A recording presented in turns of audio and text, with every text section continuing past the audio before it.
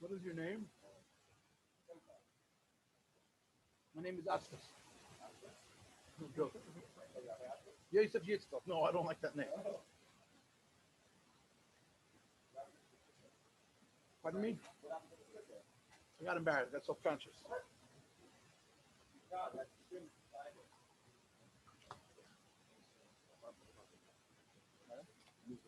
Ein lanu al mili shoyen ela lavinu shebashamayim. Guarda 2 minutos.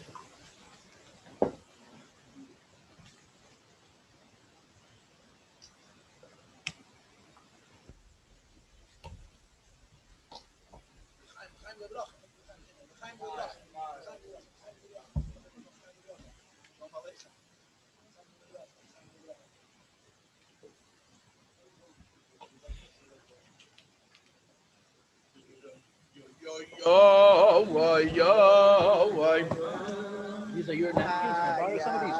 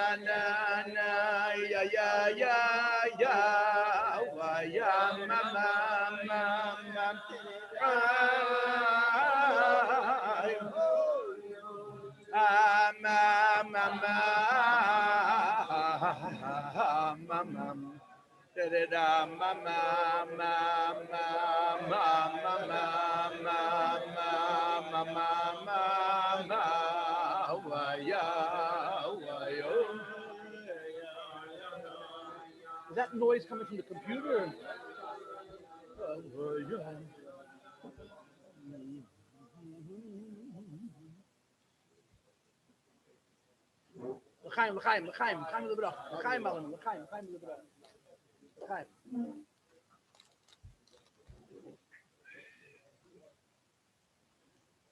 Yud Beis Tammuz is a Yom Tov of Mesiras Nefesh. That's what it is. There's no other way to interpret Yud Beis Tammuz. The Yom Tov of Mesiras Nefesh. Mesiras Nefesh is something that we in America, and today probably in the entire world, where do you have Jews who are in the Maimed Matzit, that to be a Yid you have to be Mesiras Nefesh. Not so many years ago, there were millions of Jews who, in order to be Yid, not to be Mesiras Nefesh, but Mamish. And even if they didn't want to, they had no choice. But today, Mesiras Nefesh is a story. It's Amol Geven, once upon a time.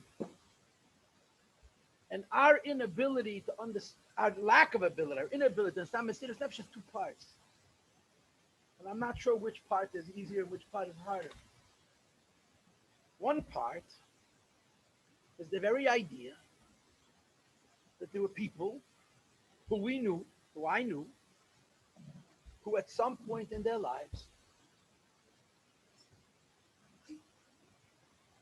risked everything, really for principle, for ikaron, for principle. My father was a stark. My father's father was a Lubavitch.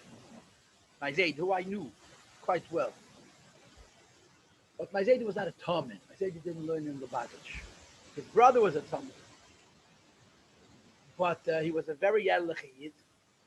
He was Moisa Nefesh. He had no wife. My father doesn't even remember his mother. He had no wife. He raised 3 children alone in the center of Moscow. And he was Moisa Nefesh for their Yiddishkeit under the conditions that were in those times. in an incredible way. And he would tell you straight, I had no idea what the point was. I had no idea what the point was.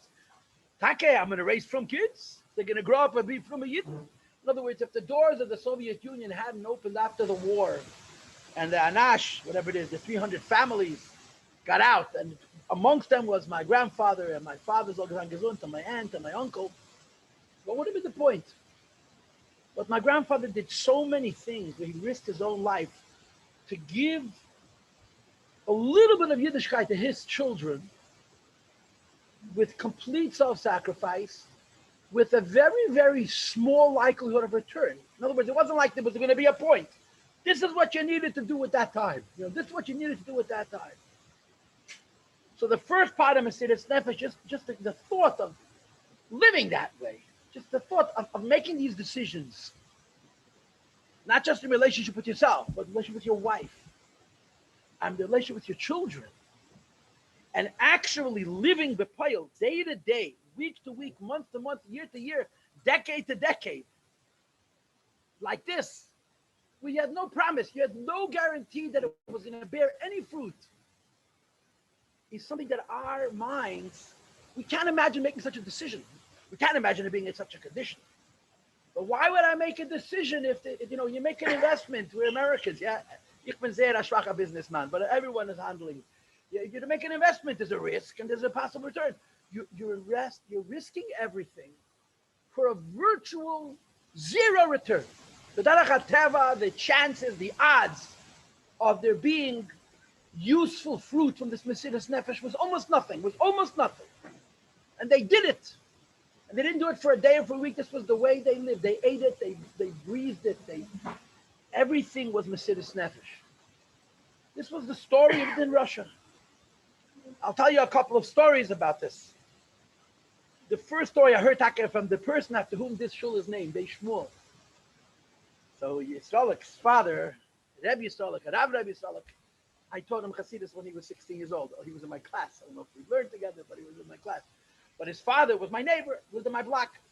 His Rebbe still lives in our block. Shmuel Mochkin was a beautiful Jew. Him and you met them, you saw, these were, to use the old Lubavitch language, they were Peretz's children, and you saw the Chosem, you saw their father in them. So he was ill, and I used to go in to visit him, and he would tell me stories. So one of the stories he told me, which later somebody told me can't be true, but what can I tell you? I never knew Shmuel Mochkin to have any shaykhs to Guzma Klal. So however the story actually happened, I'm telling it the way I heard it. Like I said, I once repeated this in a room full of Yidden who are experts on the history of Lubavitch. They said the story could not have happened. At least not the way, the timing, the chronology. But this is the story that he told me personally.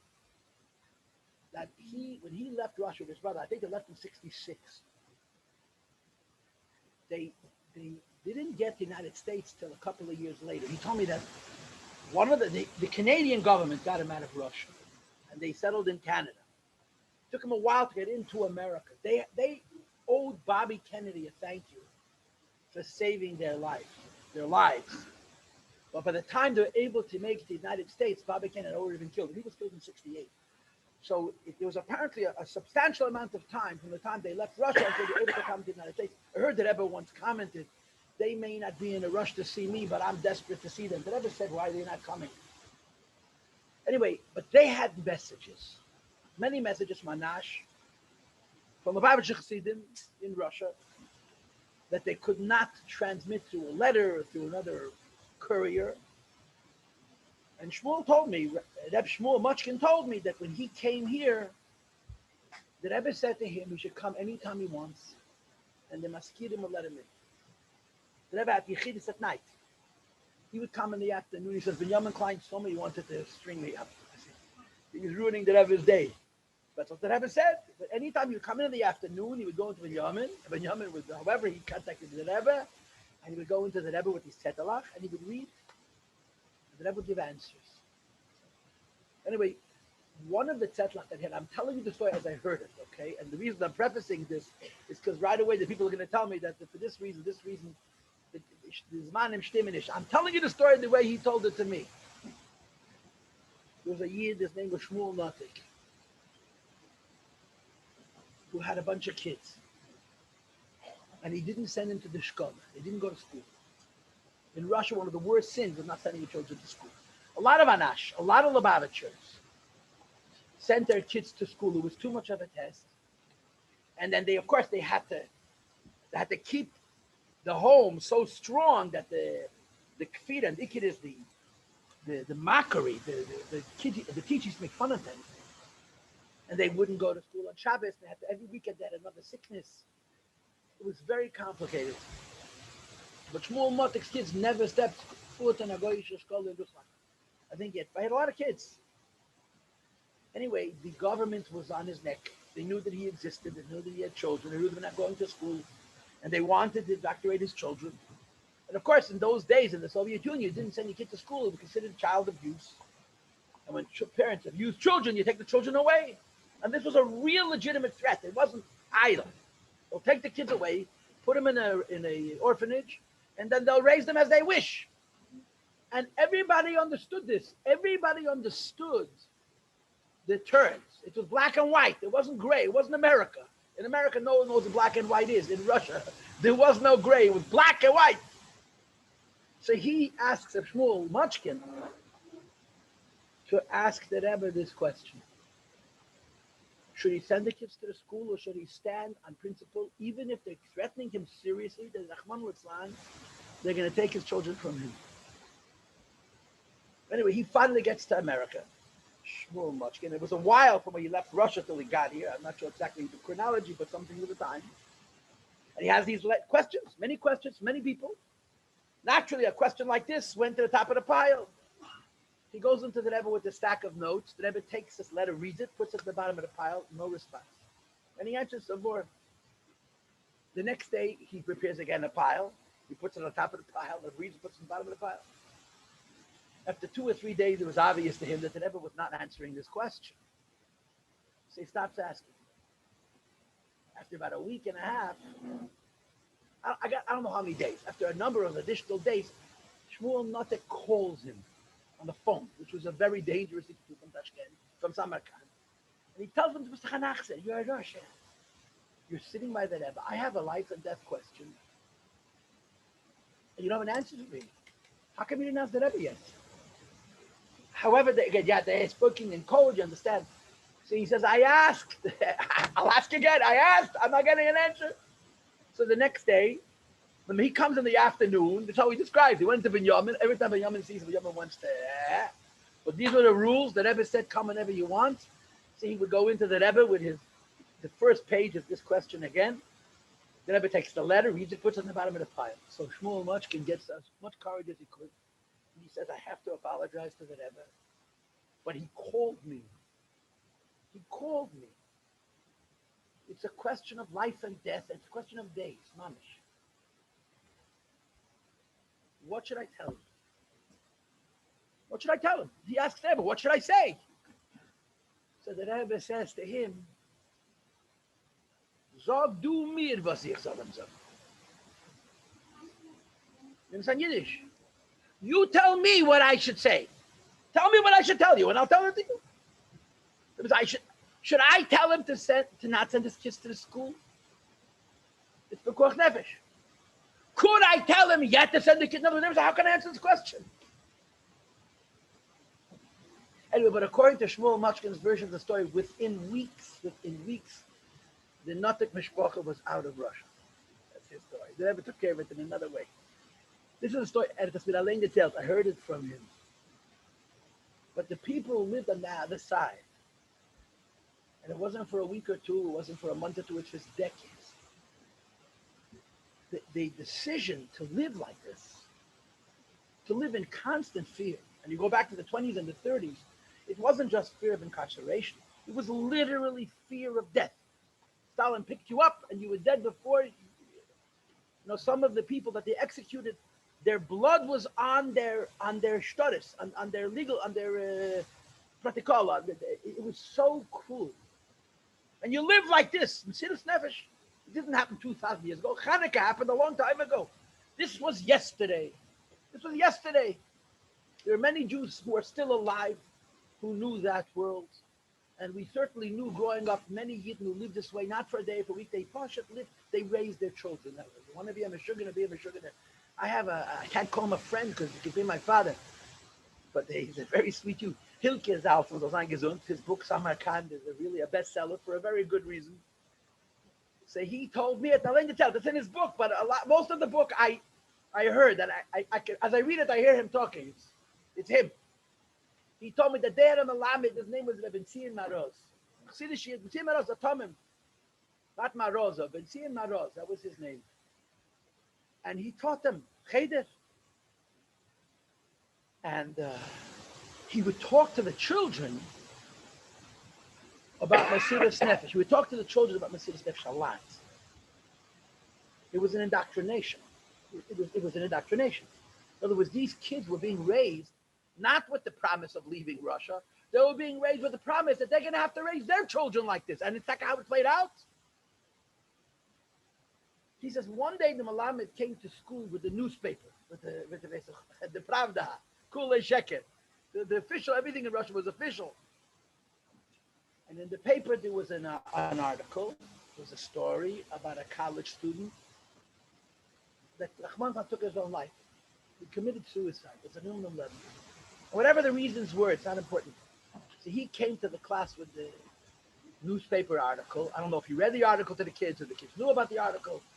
And he says to them in Yiddish, he says to them, if I valued my life as much as that guy, I would have started 10 more chadorim. If I valued my life as much as he did, I would have jumped in the fire, but I would have made it useful. This was a mentality. It's a teacher teaching children before Bar Mitzvah. This is how we taught them. This was the chinuch. Why? Because this was the life. We sit here, Baruch Hashem, thank God. We have our problems, and our problems are very difficult. But it's not the Baklal, it's not in the same realm. We can't believe these stories are true. We don't relate to them. In other words, we don't imagine ourselves ever having to make such a decision. And I would imagine that we would have a very hard time if we could imagine ourselves needing to make such a decision, that we should make the decision that our ancestors made, that our grandparents made, that our great-grandparents made. I mean, there's no shortage of stories. There's believable mices of Mesiras Nefesh. Some of the stories of Mesiras Nefesh are so painful. They're hard to repeat. But it was a group of people who were, as the expression is, they were Mesan Nefesh, Gechelas Ayadus, Atipas Dama Achen. As long as they were breathing, they were going to fight for Yiddishkeit against one of the most powerful nations in the world. It wasn't about winning. It really wasn't about winning. It was about fighting. It's principle. Like the Chashmonaim. Chashmonaim thought they were going to win against the Yevonim. They fought because you have to fight. This is one part of Mesiras Nefesh. This is one part of Mesiras Nefesh. We really can't relate to it. But I grew up with it. I grew up hearing about it.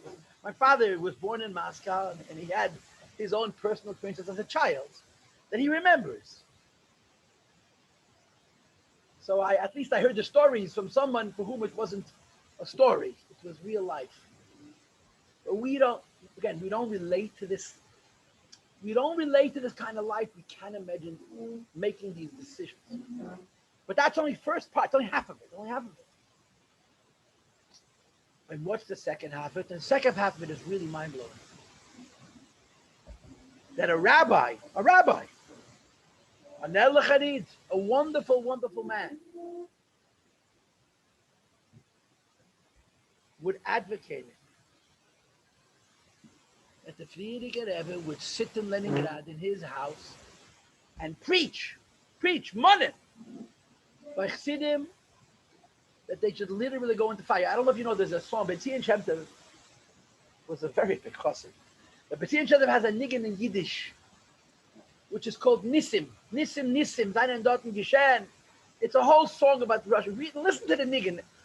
You have to hear him sing it in the original, because he's a personality. He's a very special personality. When you hear him singing it, you can hear both the Mesiras Nefesh and the pride. And if you don't understand Yiddish, you have to get it translated. It's not the same at all. But one of the stanzas of the song is, they arrest a Rav, they send to Siberia, and there's another Rav. And that's a Ness. That's a Ness. It's a Ness. But then what's going to be with his wife? What's going to be with his children? What's going to be with him? Another Rav came in his place. Oh, Nisim, Nisim, Nisim, Nisim, Nisim. This was the thinking. But to think that the Friedrich Rebbe was a Nasi B'Sal Rebbe, it wasn't a Meshuggah. The Rebbe was not irresponsible. The Friedrich was not irresponsible. But he advocated reckless, mamish, reckless abandonment of personal safety and well-being to fight a war that everybody knew. There's no way you could win this. No way. They weren't fighting to win. They were fighting to fight. They were fighting to not go down without a fight. That's the only hezbid, only explanation to what the agenda was. I mean, the stories they tell about the Friedrich Rebbe, the stories about the Friedrich Rebbe are frightening. To imagine that a Rebbe, any responsible man, and who's more responsible than a Rebbe to talk this way, it's just hard to fathom. A lot of it's printed in the Siches. You can take the Friedrich Rebbe Siches from those years, read them and see for yourself what he says.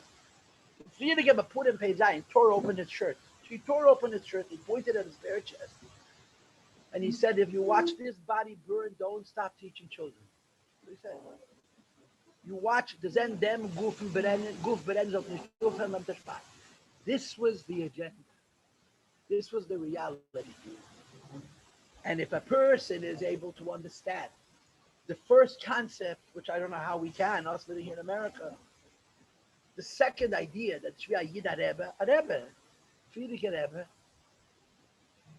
who he saw what was going on, he understood the time, I guess you could say he qualified the time, he interpreted the events on the ground using his Ruach HaKodesh and his Kedusha and his Tahara, and he made the determination, this is one of those times that you have to go into fire.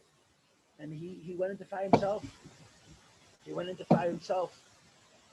The Friedrich Rebbe did not show any regard for his own life at all. The Friedrich Rebbe did absolutely nothing to help his own cause.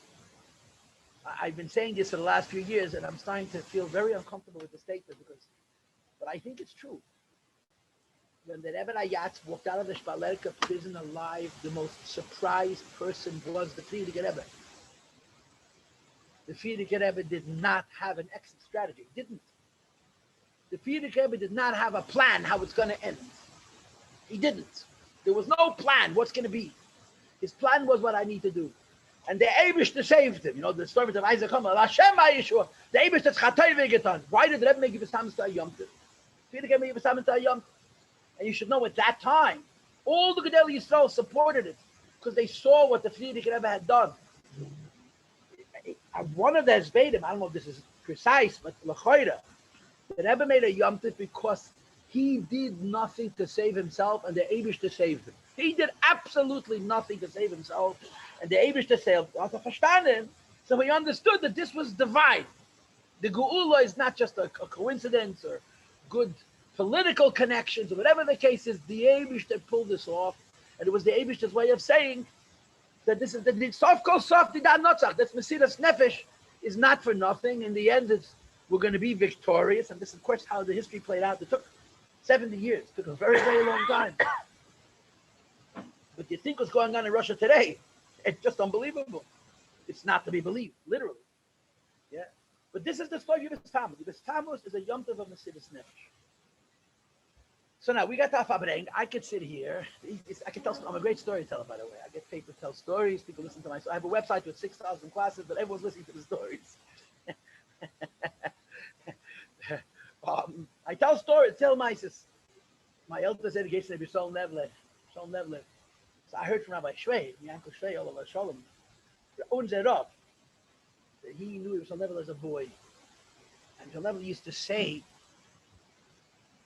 But he says, all my friends died in Russia. All my friends passed away. Why did I remain? He didn't last very long. He passed away in fucking with it.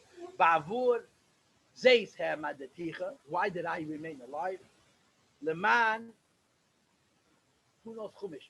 Leman Hareis Esreichi, Leman Saper Shmi B'chol Haaretz.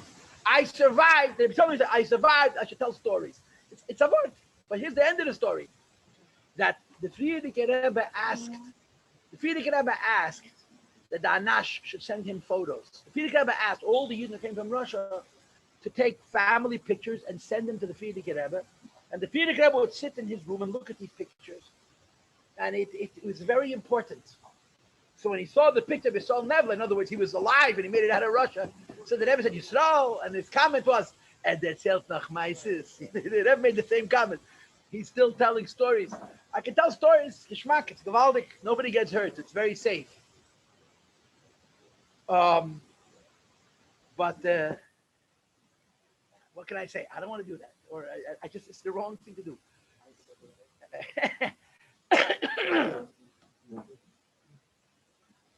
The Ma'aseh Hazeh, it's Yud Beis Tammuz. So we have to talk about the inyan of Yud Beis Tammuz. How Mesiras Nefesh connects and relates to us.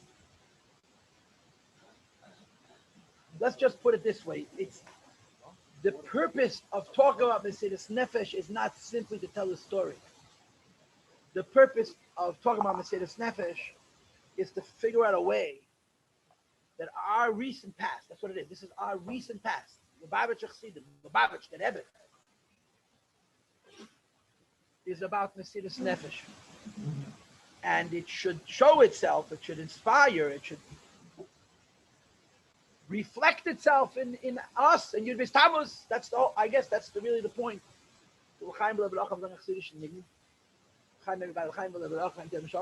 If I drink alone, I'm an alcoholic. If you drink with me, I'm a Chassidish Yid. So that's it's your choice. L'chaim.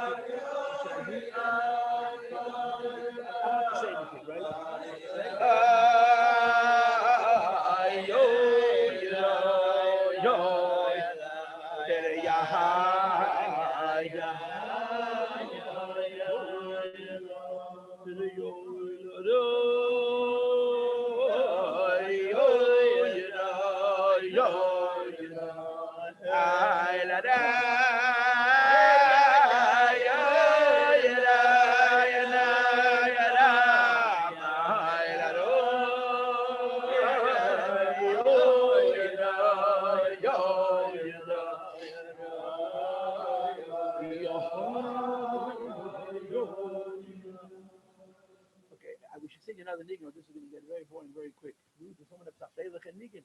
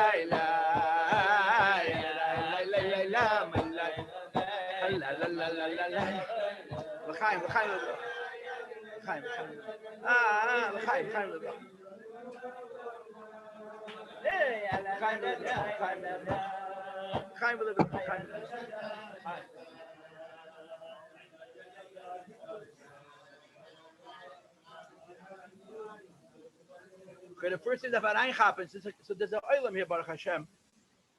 So of course, we all know the word that the Alter Rebbe gave over, that heard from the Mizitch Magid, in the name of the Baal Shem Tov, and the Rebbe says it. Piske mishmei shmaya nachse. That's what the Rebbe says. That this came from heaven, like Baruch Shomar came from heaven. That was achsidische Farbrengen ken ufton, ken mechol, Sodom sheyesol nicht ufton. Achsidische Farbrengen is more effective than Malach Mechol. And there's a story. He said, Lo yamed shik el ha'maisa. You have to tell the story. Not that we don't know the story, you got to tell the story. The story bekitzer is that the Alter Rebbe had three Rebbes. Alter Rebbe had three Rebbes. And then he ran out of Rebbe, so they go on Aleina Rebbe, never. So first was the Mezitcha Magid, then it was his son of Avram the Malach, and then there was the Mendel Haradok, the Mendel Vitzke. It's mamish a few years, because the Mendel Vitzke myself, 5.5 years after the Mezitcha Magid passed away. So in 5.5 years, he managed to have two different Rebbes, but the Mendel Haradok remained, at least as far as the Alter Rebbe was concerned, his Rebbe until his Ptira 10 years later, in Tovkuf Memches, after Pesach.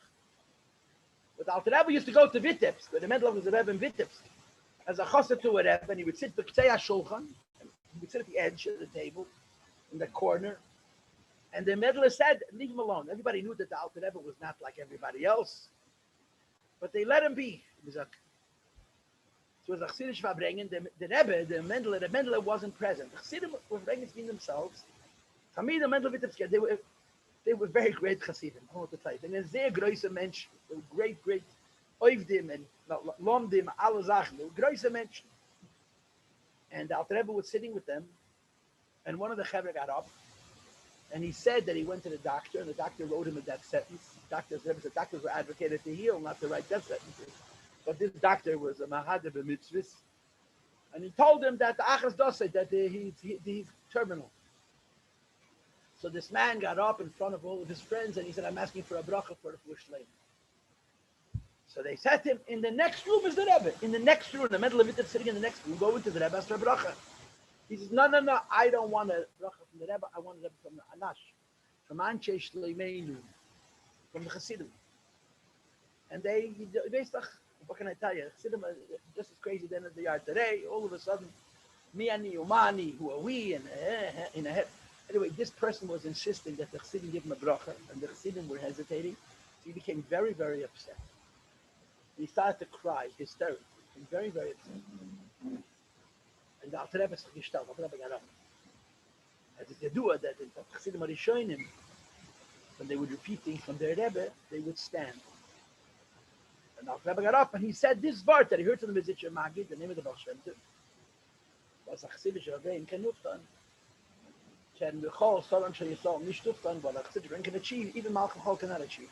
And he gave a mashal that if a father has many children, and one of his children has a need, and he comes to his father and he says, I need this. So the father has to evaluate the worthiness of the child, the justification of giving him this thing. But one child has a need, and all the children come together to the father. And they say, Moshe daf hab, 20 daf, give him. So when the father sees that amongst his children, there's achdos, there's shalom, and there's achdos, so he's helpless. Because he's so delighted by the fact that his children are in a state of achdos, that whatever they ask, he gives. And that's the pshat, that's the word. Achsidische Farbrengen, ken ufton, was mechol, sol, shetzol, ken nicht ufton, because Achsidische Farbrengen is an occasion, it's a circumstance of Abbas. I remember that Mendel, the Mendel's the few Elter Chassidim that I saw, that I was makabel from a little bit. And he used to say, good Bruderschaft, and his Yiddish expression. Good Achsidische Farbrengen is, it's good brotherhood. The Chassidim sit together, they talk. Not every single word is Torah. Sometimes something comes out that's this category of Sichas Chulit. But Meretzach Tazamen, they talk to each other. And not like in America. Two people talk, but they don't talk about anything real, anything important, anything personal. You just talk about alle gute Sachen, a gute Sachen, was in had. The Chassidim used to talk, they would share what's going on. Whether it was Gashmius, it was Ruchnius. And when one krechts, they all krechts. On one side, they all side. And one laugh, they all laugh. So this is the word, Achsidische Farbrengen. There's an occasion of Ahavas Yisrael. We're all together and we forget about the other things for a little bit. So it's an opportunity. Always bet not look at the Sachen. So I just want to say l'chaim. Everybody has in their heart and in their mind personal needs, and then we know the next guy and the next guy and the next guy. Maybe she can yet and alpha they dafen, whether it's a refuah shlema or it's children, or it's parnasa, or it's nachas from children, or it's shalom bayis, or glata klota cup, not to be a meshuggah and not to have, not to sit on your head as they say. We should have. They should give us all the brachas that we need, and this achzir Farbrengen and this connection, this closeness, should see to it that the Eibush Techvayachal should not be able to say no. And the ricket is, Admaseh, from the Gula Shlema, take off from a yad, the Teva Nidav Anigla, L'chaim V'Lebracha. L'chaim V'Lebracha, L'chaim V'Lebracha, L'chaim. I want to mention the name of a person that I've been following today in a hospital. I'm not making a Misha Beirach, but everyone wants to make a Misha Beirach if you wish. Well, I first want to mention somebody's name.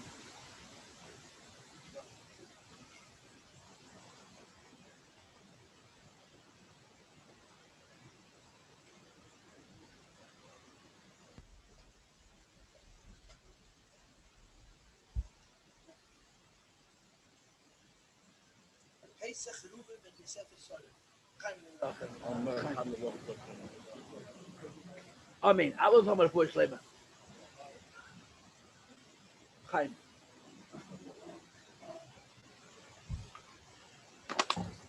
Nu noch achsidische Nigen. What's the deal? What's going on? I let it die. I la da da da da. I la da. Ya da da da da. Ya da da da da. I la da. Ya la da da. Ya da da da da. I la da. Ha da da da da. Ya da da da da. I la da. I la ya da da da ya da da da ya da da da.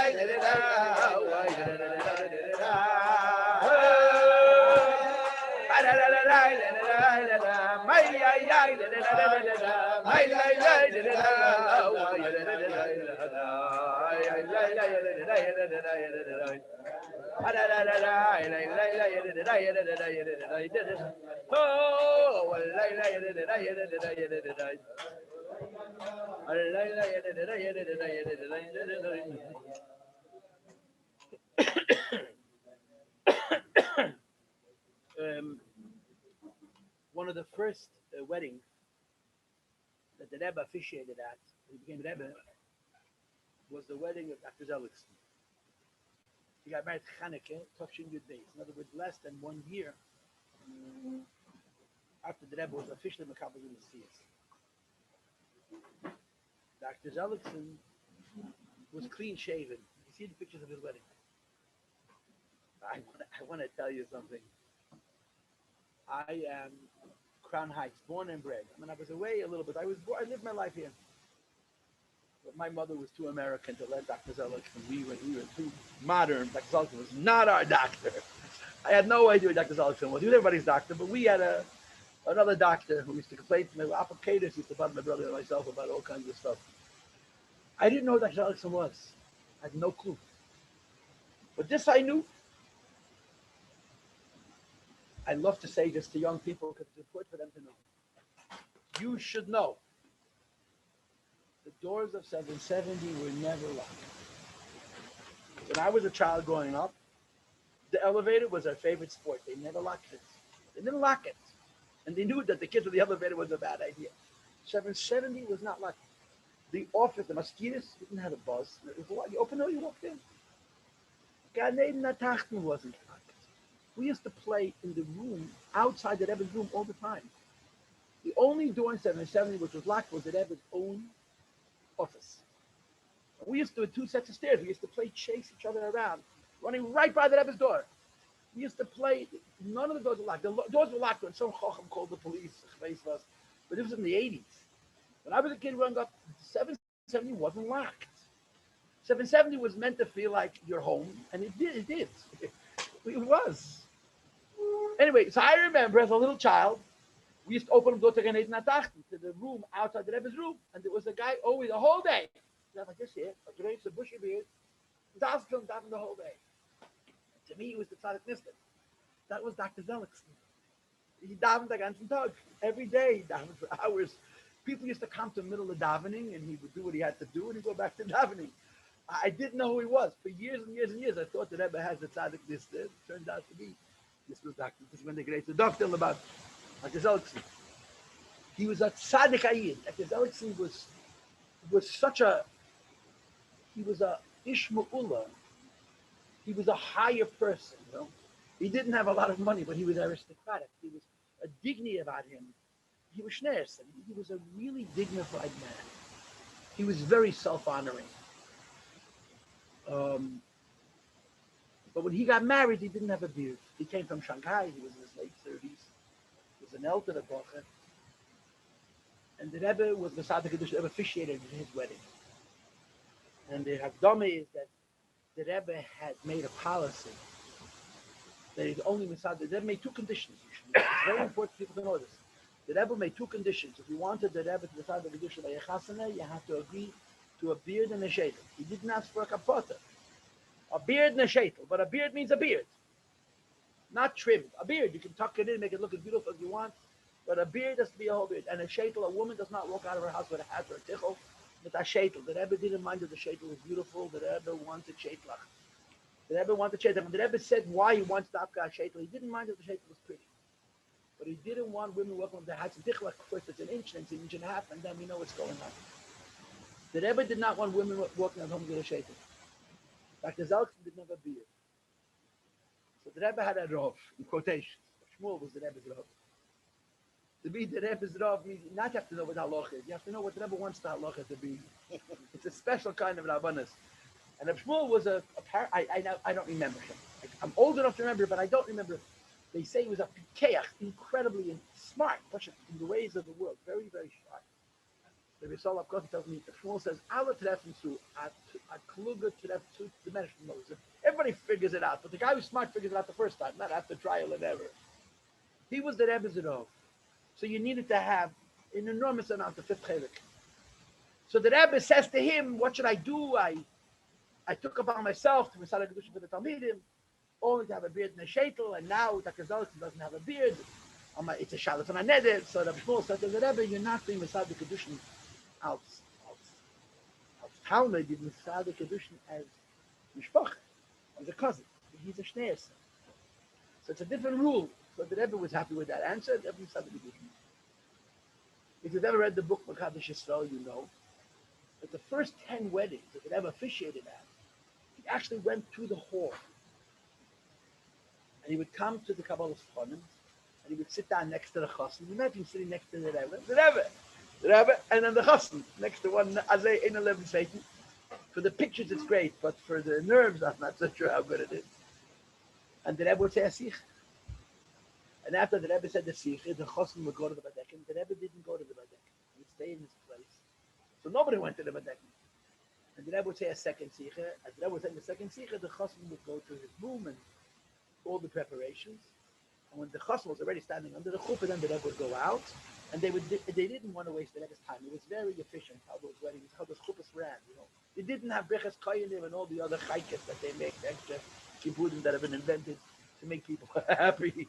The only people who are happy is I don't know who, but okay. So when Dr. Ellitzen got married, the Rebbe spoke about quite a bit. When he passed away, Test, his sons, he had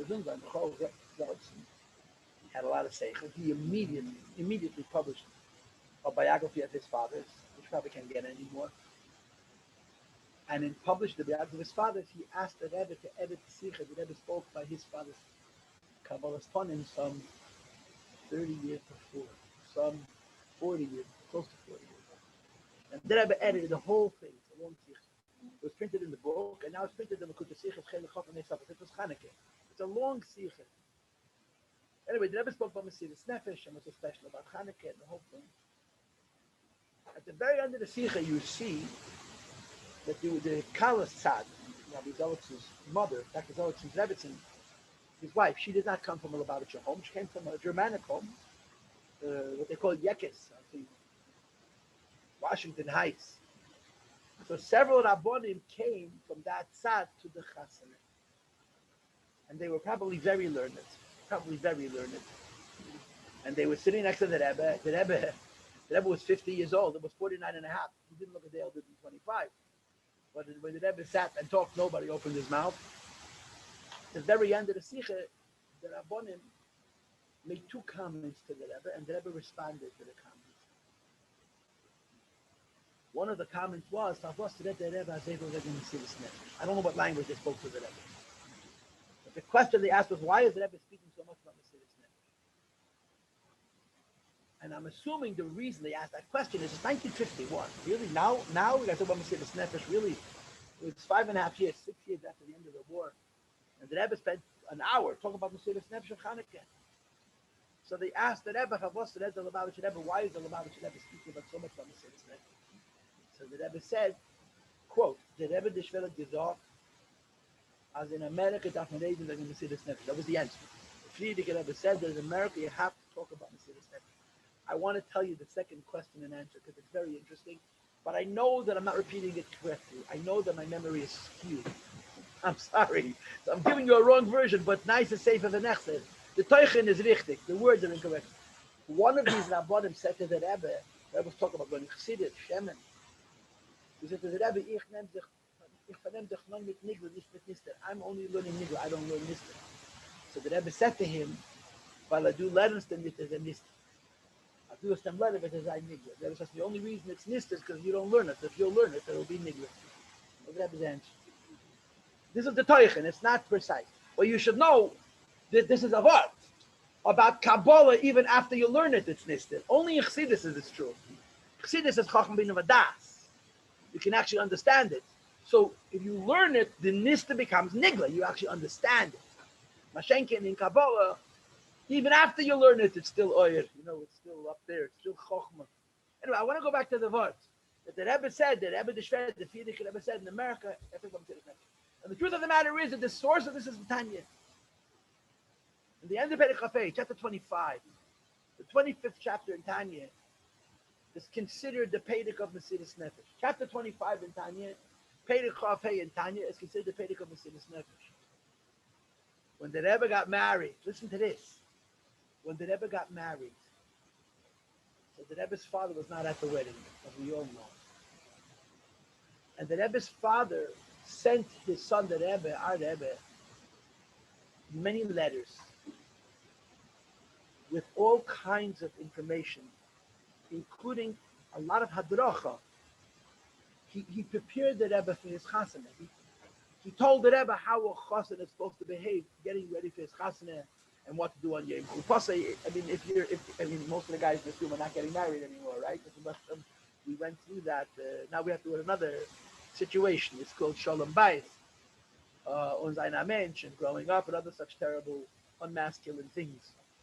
Um, but for the Chassanim to read, the Rebbe, his father, gives them instructions how we should behave. And one of the most unusual instructions is he writes to him, on the day of your chuppah, you should learn Tanya Pedek Chafei, this chapter 25 in Tanya. B'kavona avaloi be'iyun. You should learn the Pedek with kavona, but not with iyun. Meaning, don't learn it, feel it. Learn the Pedek like it's davening. Learn the Pedek b'kavona. Kavona means you should with intent, but don't study it. Don't study it. Don't analyze its nuance. Don't become scholarly about the learning. Let the Pedek talk to you just as it is. It's a very interesting lesson. The Rebbe's father writes to the Rebbe, the day of you getting married, you're chassaneh, you should learn Tanya Pedek Chafei b'kavona v'lei. Pedek Chafei, chapter 25 is the Pedek about Mesilas Nefesh. There's things in Pedek Chafei that are really very disturbing and very moving. Yichud nifla, nitzchi, yichud zeh ma'ilo, nitzchi lo'ilo v'od. A yid has a mitzvah, it's an eternity. This is all Pedek Chafei. At the end of the Pedek, it's a very powerful Pedek. At the very end of the Pedek, you have two dots. And then it says, and this explains why Moshe Rabbeinu commanded the Yidden going into Eretz Yisrael that they should say Shema Yisrael. The last 10 lines of the Pedek, at the very bottom of Amud Aleph, it appears on Amud Beis. This explains why Moshe Rabbeinu instructed the Jewish people going into Eretz Yisrael to say Krishma every day, because the Indian of Krishma is Mesilas Nefesh. The Indian of Krishma is Mesilas Nefesh. And Alter Rebbe asked, I don't understand. Haloi, doesn't it say, Pachtachem u'merachem yitem et Hashem? The Eibush promised them that they have nothing to fear. But the Goyim are going to fear them, and their lives are going to be safe and secure. So the Rebbe asked, I don't understand. You're going into Israel. The Eibush promises you that your life in Israel is going to be secure, safe, peaceful, orderly. Tikkun, nishtayu. Yeah. So why is he talking about Mesilas Nefesh? Life is going to be good. And the Alter Rebbe says that's exactly why. If they would be living in a world where Mesilas Nefesh was something that they had to do, he wouldn't have to talk about it. But dafka, because in Eretz Yisrael, Mesilas Nefesh is not going to be at all a part of their real lives, you have to talk about it. This isn't Tanya. So the Rebbe said, that the Friedricher Rebbe said, I'm assuming that this is the same Teuchen. The Rebbe, the Shredder, gives off to us in America. In America, you have to talk about what our ancestors lived in the Soviet Russia. Why? It's not our life. We don't relate to it. And the answer is because we have to relate to it. We must relate to it. We must relate to it. Because without that awareness, without that that acuity, without that sharpness, without that disturbance, without that agitation, to be Yidden in America, where the Rebbe wants Yidden to be, is almost impossible. In other words, you talk about Mesilas Nefesh, dafke because we don't live Mesilas Nefesh. We talk about Mesilas Nefesh because talk about Mesilas Nefesh is supposed to help us define the life that we live, the reality that we have.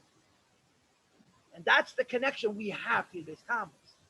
That's the answer to the question. That's the connection we have to Beis Tammuz. The connection we have to Beis Tammuz, the story happened a long time ago. It's 94 years ago. 94 years, a very long time, 94 years. 94 years ago. They used to ask the question, how many people do you know who learned in Lubavitch? Nobody. They're all gone, right? Now, how many people remember Yud Beis Tammuz? Who remembers Yud Beis Tammuz? 94 years ago. It's 94 years ago. Rabbi Yale wasn't born. It's 90. It's a long time ago. But that story, that life, that in a different way literally lasted until the early 90s, late 80s, early 90s, is a story that we need to tell and we need to talk about and we need to relate to. We need to make it relate to us, to help us appreciate the avodah and the Mesiras Nefesh that we need to have in living the life that we live in this country. I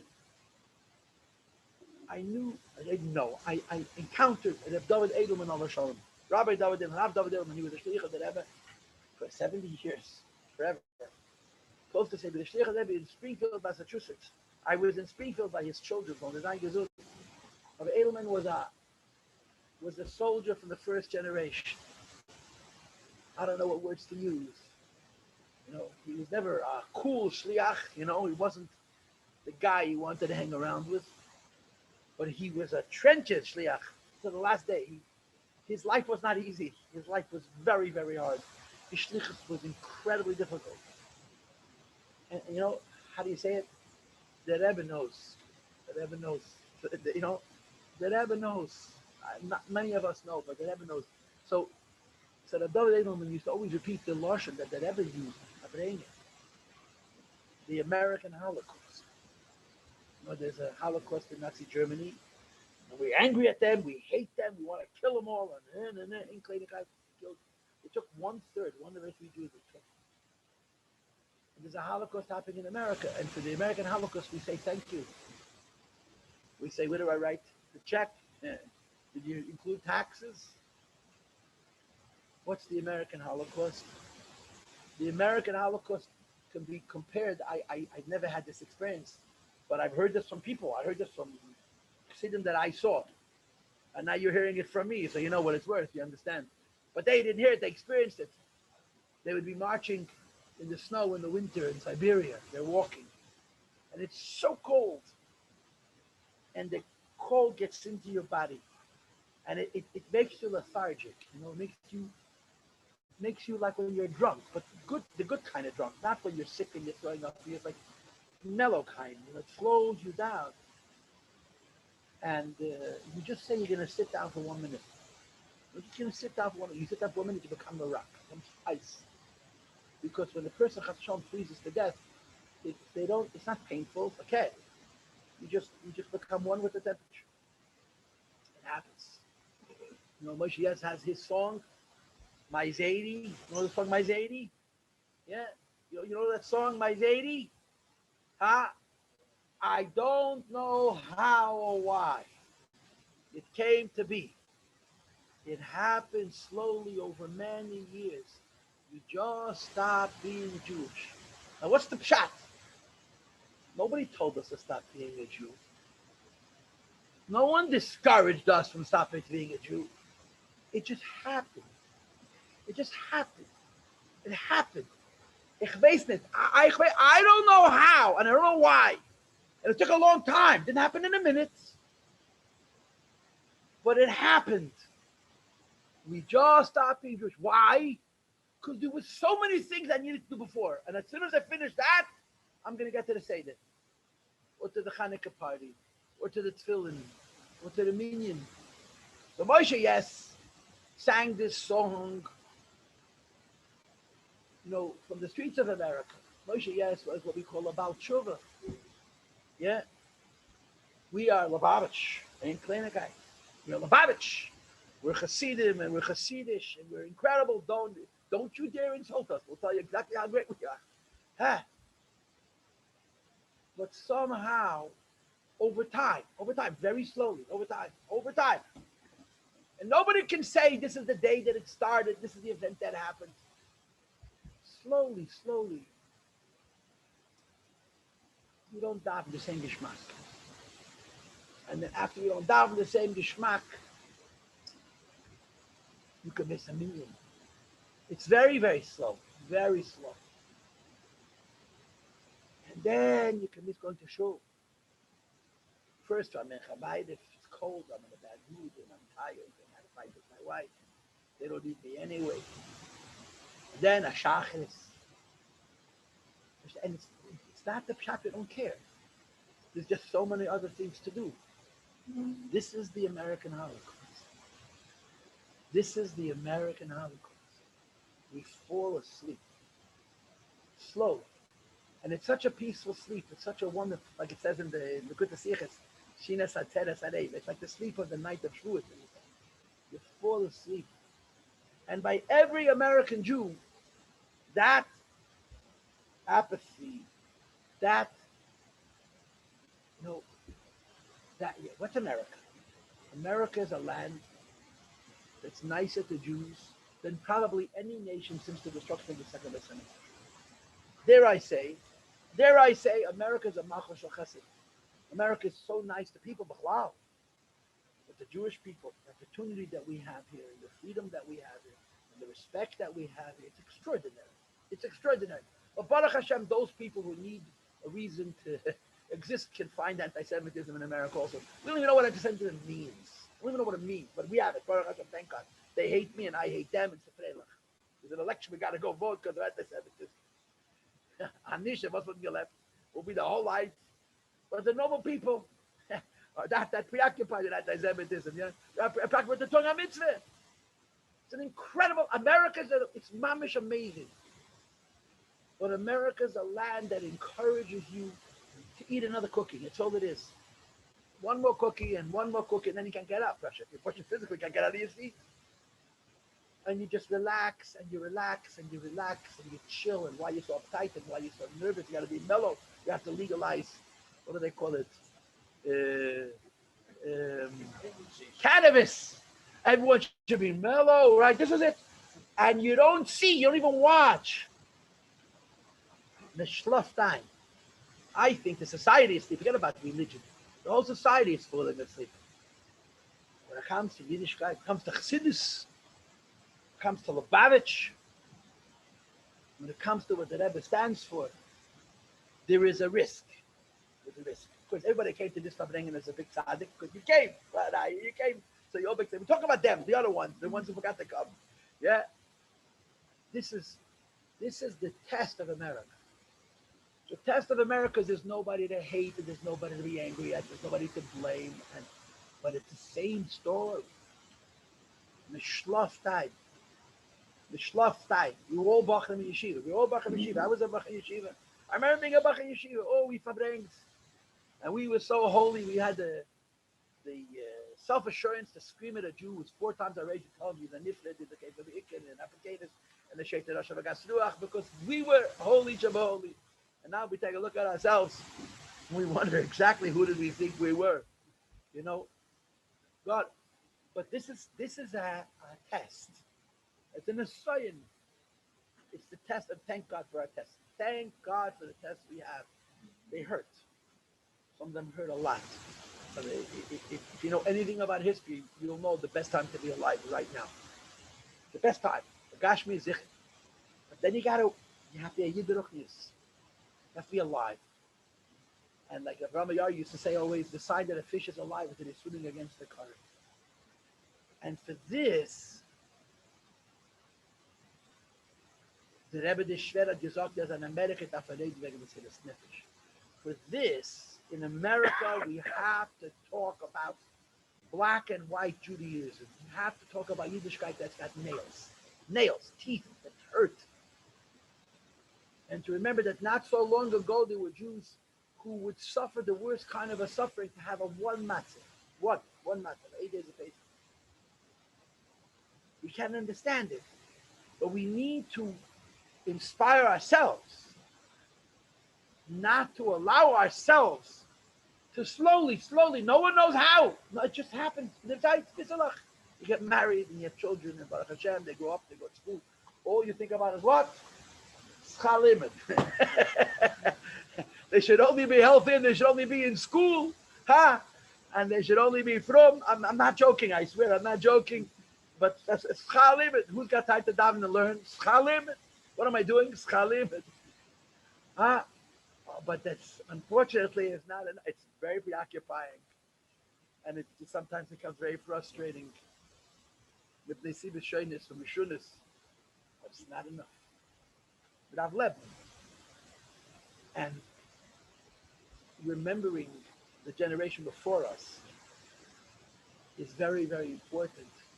to help us remember who we are. I think that's the simple thing.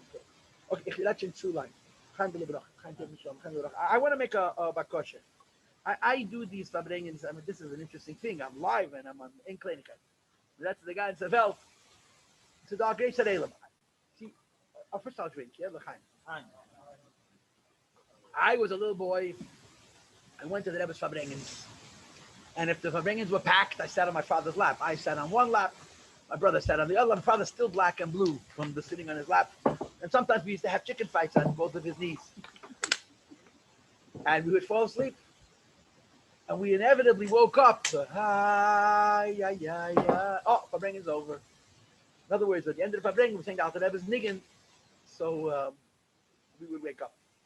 So what happens is you have a Farbrengen, the Fana Elam, you know, giving some 100 mention, so in the city till 12:30, there'll be 8 guys left or whatever it is. Of course, all of you are going to be until 1 o'clock in the morning. No one's going anyplace. No one's working tomorrow. Let's sing the Alter Rebbe's niggin out. Farbrengen is now finished. I'm not saying that. I'm just saying, why wait till after Chaver go to sleep? It's like the Rebbe said, go get your chassid. That means you haven't jacked, but you won't speak Yiddish. Okay?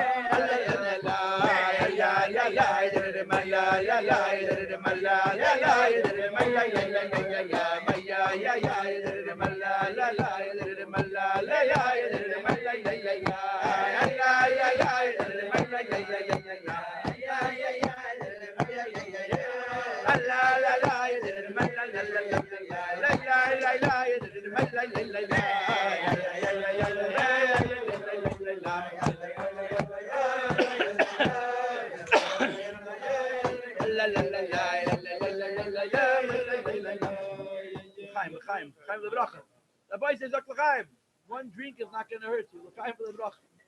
L'chaim v'lebracha. L'chaim v'lebracha. L'chaim v'lebracha. L'chaim v'lebracha. L'chaim v'lebracha.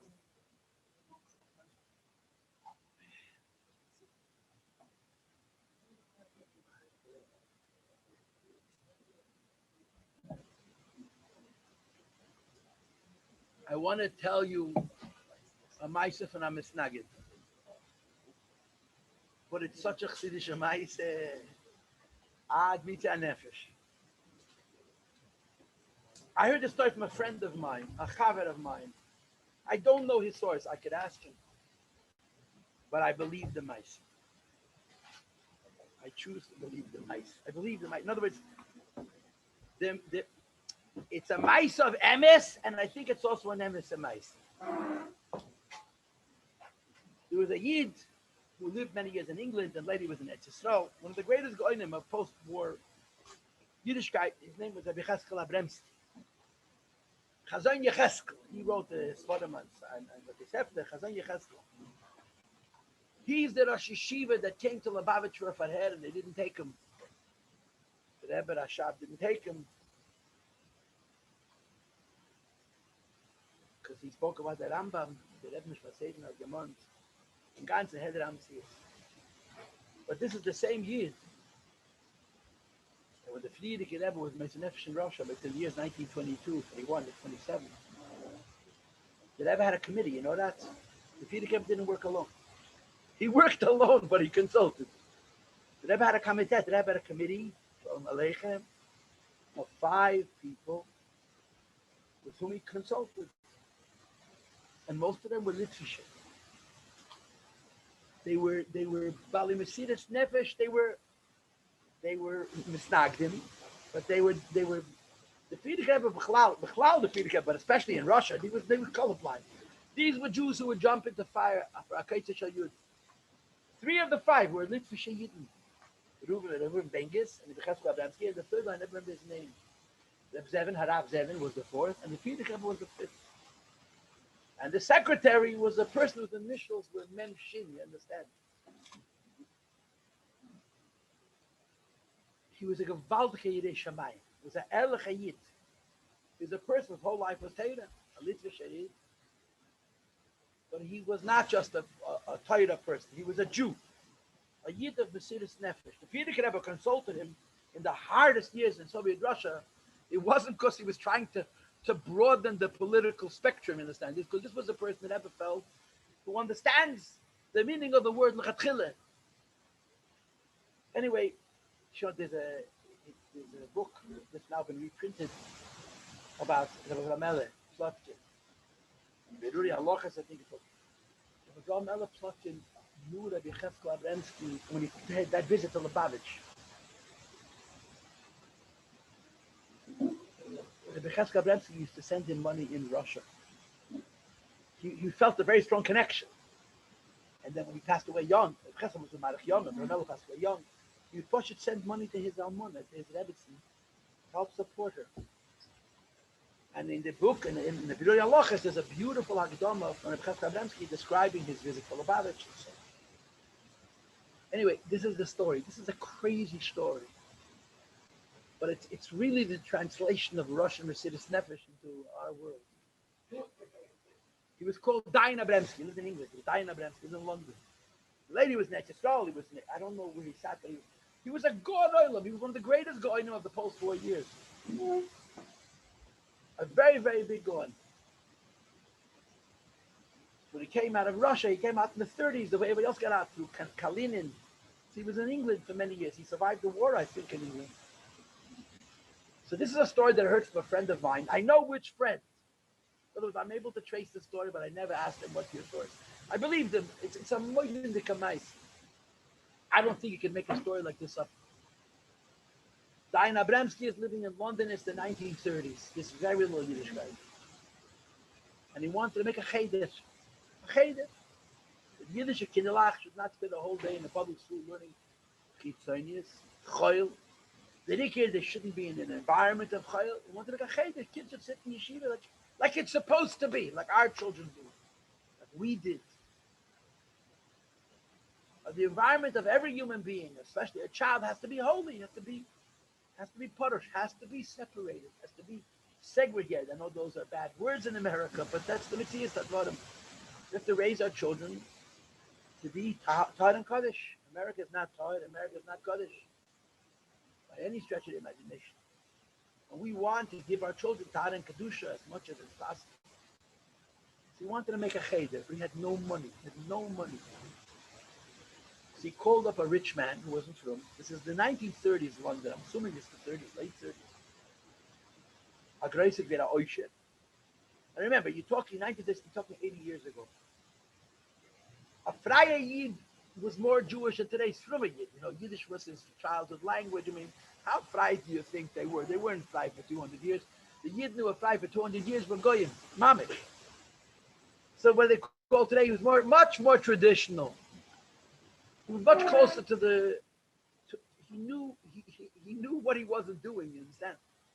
So he calls him up and he says, "I need money." He says, "Why need money?" For cheder. What's a cheder? He says, "I want to take Yiddish kinderlach.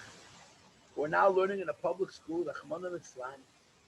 The environment is a Goyish environment. The culture is a Goyish culture. And you should have a place where Yiddish kinderlach should be raised to be Yiddish." So he says to Dayan Abramsky, "I'm not into that. I'm a philanthropist. I'm charitable. I give tzedakah. But I'm not religious myself. I'm not myself from Yid. I'm not into this whole business with the Orthodox traditions. Why would I invest my money in raising little children in a way of life that I personally don't practice and believe?" So Dayan Abramsky tells him it's pekuach nefesh. It's pekuach nefesh. It's life and death. These kids don't have this cheder, they're going to become goyim. So this Jew says to Dayan Abramsky, "Rabbi Abramsky, I know what the pekuach nefesh means. I went to yeshiva, I know pekuach nefesh. The pekuach nefesh means that someone's life is in danger and the Shabbos, you pick up the phone and you call the EMT and pick them up. This is not Mesilas Nefesh." Friday night, Dayan Abramsky picked up the phone and he called up this Jew. He said, "It's pekuach nefesh." Listen to this. You believe it? England there. Not normal. Not normal. Friday night. He was a frum Jew. I promise you he cared a lot more about Shabbos than I do. Weiß ich nicht. Did the cat catch the mouse? We're still worried about that. But head, this is a misnagid. But Arush Serid, a Jew who ate and breathed Mesilas Nefesh, he says, "I'm desecrating my Shabbos. I'm going to go to Skilas Reif. It's pekuach nefesh." Jewish children have to learn in a yeshiva, in a cheder. What a story. What a story. Now, I don't know you. I'm assuming everybody's here to Shemesh Shabbos. I'm going out on a limb. I'm assuming, Shemesh Shabbos, even not picking up the cell phone to look at the Twitter. The kids have a big nisay. Lachnish, our kids from the Shens to Haman, they can't miss. I'm telling you, when you're sleeping, they don't want to be in Chal Shabbos, but they can't miss. It's the action. All of them are on their phones on a Friday night, 11, 12, 1 o'clock in the morning. It's terrible. It's terrible. I'm not one of the people who goes on saying they were all frying out for losing, but it's the kids have a test. I'm not telling this because I want you to go chase your kid 1 o'clock in the morning, see if he has his phone. I'm explaining to you, for them, it's a test. It's hard for them. It's not the pshat, I don't care. It's push, it's hard for them. But you get used to it. You know how I know it? They told me. That's how I know it. The The kids told me in yeshiva, not out of yeshiva. It's a tough test. Like, what's the big deal? What's the big deal? You don't understand, Rabbi. If you don't go on every day and register, then you're out of the shtick, out of the continuum. You have to go every day and do this many hits and this particular thing so that you remain a part of whatever it is going on. It's a test the kids face. But I'm going to put this up. I'm going to assume that all of us are Hashem Rishab. So we'll get back to this. I don't think, personally, if someone's in a car accident, I pick up the phone. I once actually did it. I don't think I'm picking up the phone on a Friday night to get a Friday to get money for a cheder. I just don't think I'm ready to do it. You know why? Because I don't think I value a cheder as much as Dayan Abramsky did. He was a Litvak, don't you understand? He wasn't even a chassid. Chassidim have their whole religion, you know that, basically. But Dayan Abramsky follows Shulchan Aruch. There's no heter to pick up a phone on Friday and make a phone call. There's no way. No one was dying. In other words, if you look at it strictly, he was a Machal Shabbos and he was going to get the Einish for it. And he's taking it. Because he has to open a cheder for kleine kinder. He has to open a cheder for kleine kinder. You see, this is the avoider. This is the avoider. This is the test. This is the challenge. This is the translation of what our ancestors did in Russia means to us. You know, we live in the generation of it's not such a big deal. Well, Rabbi, why are you getting so upset? What's the big deal? What's the big deal? It's a very big deal. A person gets this. I have a friend of mine who's friends with very, very well, exceedingly well. And they bought a house in Greenwich. They knocked it to the ground and built a brand new one. They were very rich people. And he came to his house to put mezuzahs. And his father, all the doors, okay. He couldn't believe that in this house, and everything was, anyway, he went around the house with his hammer. One door, he missed the hammer one time, missed the nail. And he made an indentation in the woodwork. His stepmother had a heart attack. It was like, she didn't die, she didn't have a heart attack, but it was almost like Dayan Abramsky's making that phone call. She was so upset. The whole house was ruined, finished. They destroyed, build a new one. The dent. There are things that matter to us so much. They matter to us so much, whether it's a car, it's an outfit, it's a food. You know, Cheva are into food. You know that guys are into food. Into food, unbelievable. Gewaldig.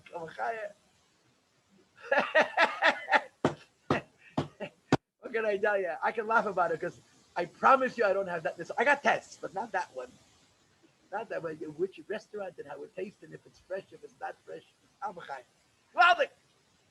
What are you going to do? It's America. Yeah. And then you say, have a kid. My child is going to school. He doesn't daven so good. Of course, thank God, David created teachers. The Fichach Nivru teachers. Never goes wrong with my kid. Have somebody to blame. He doesn't daven well enough. He davens too much. He davens too little. There's so many different ways of explaining it. It's my kid. My kid. I send my kids to school, and my teachers are terrible. It's my kid. It's my teacher's fault, but it's my problem. My kid, my college. It's my kid.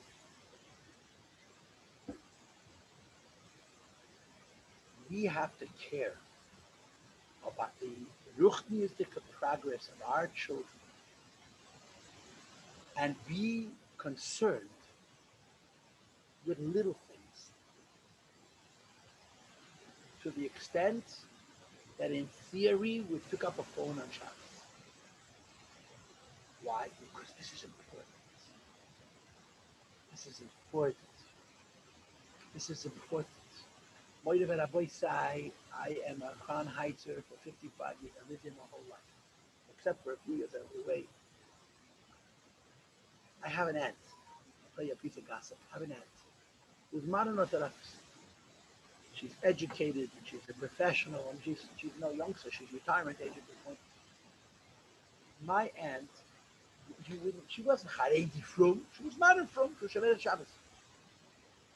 Her children are all B'nai Teda, but she's one of the most principled people I know.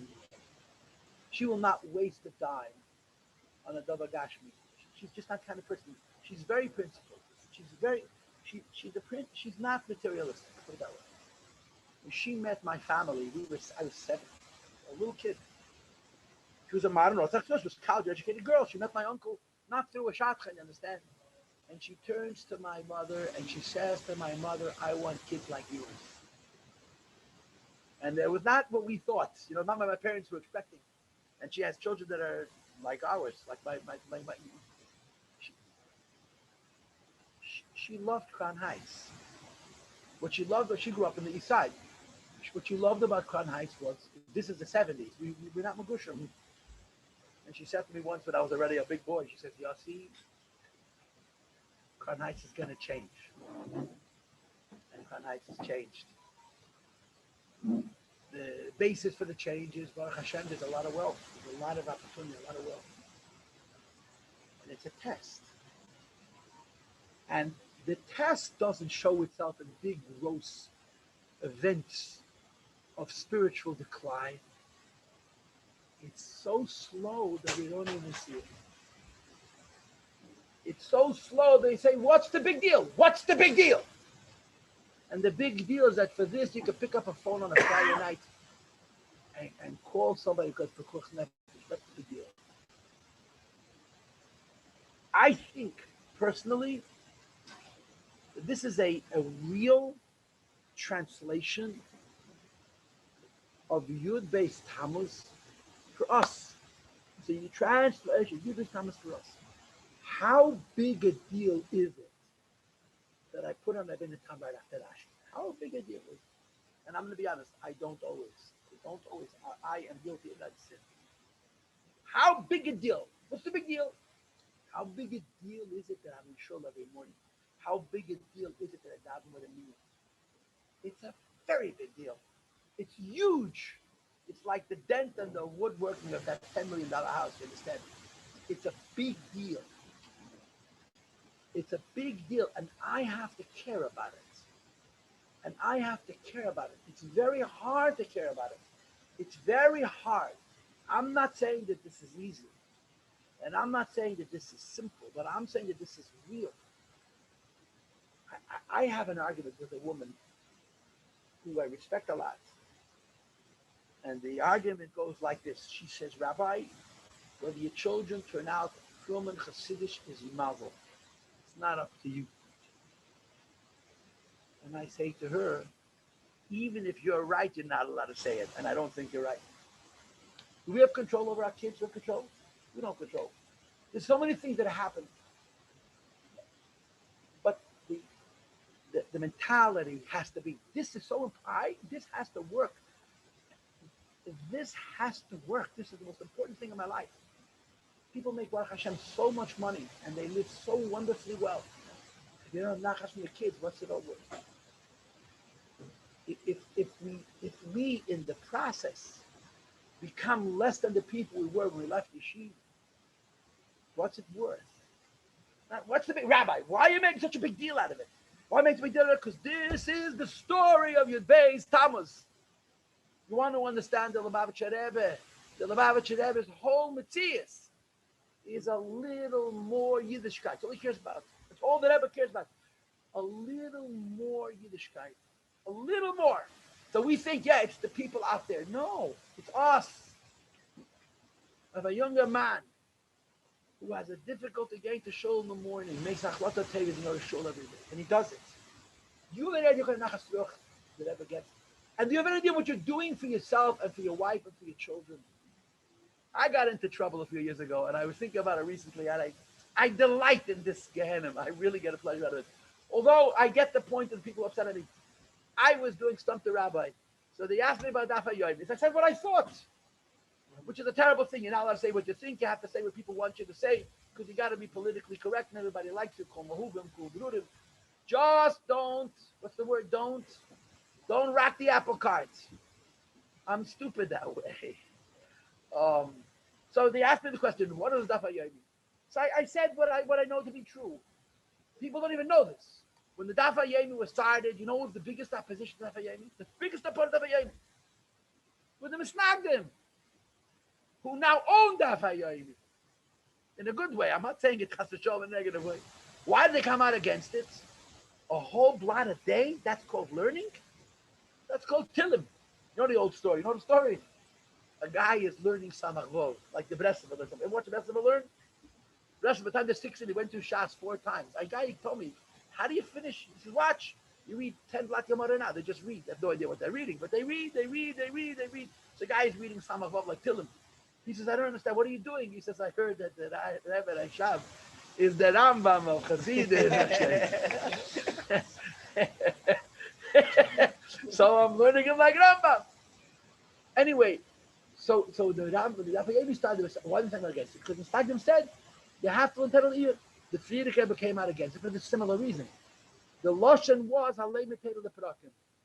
It's a Chazal. You're not allowed to learn Torah Pedic wise.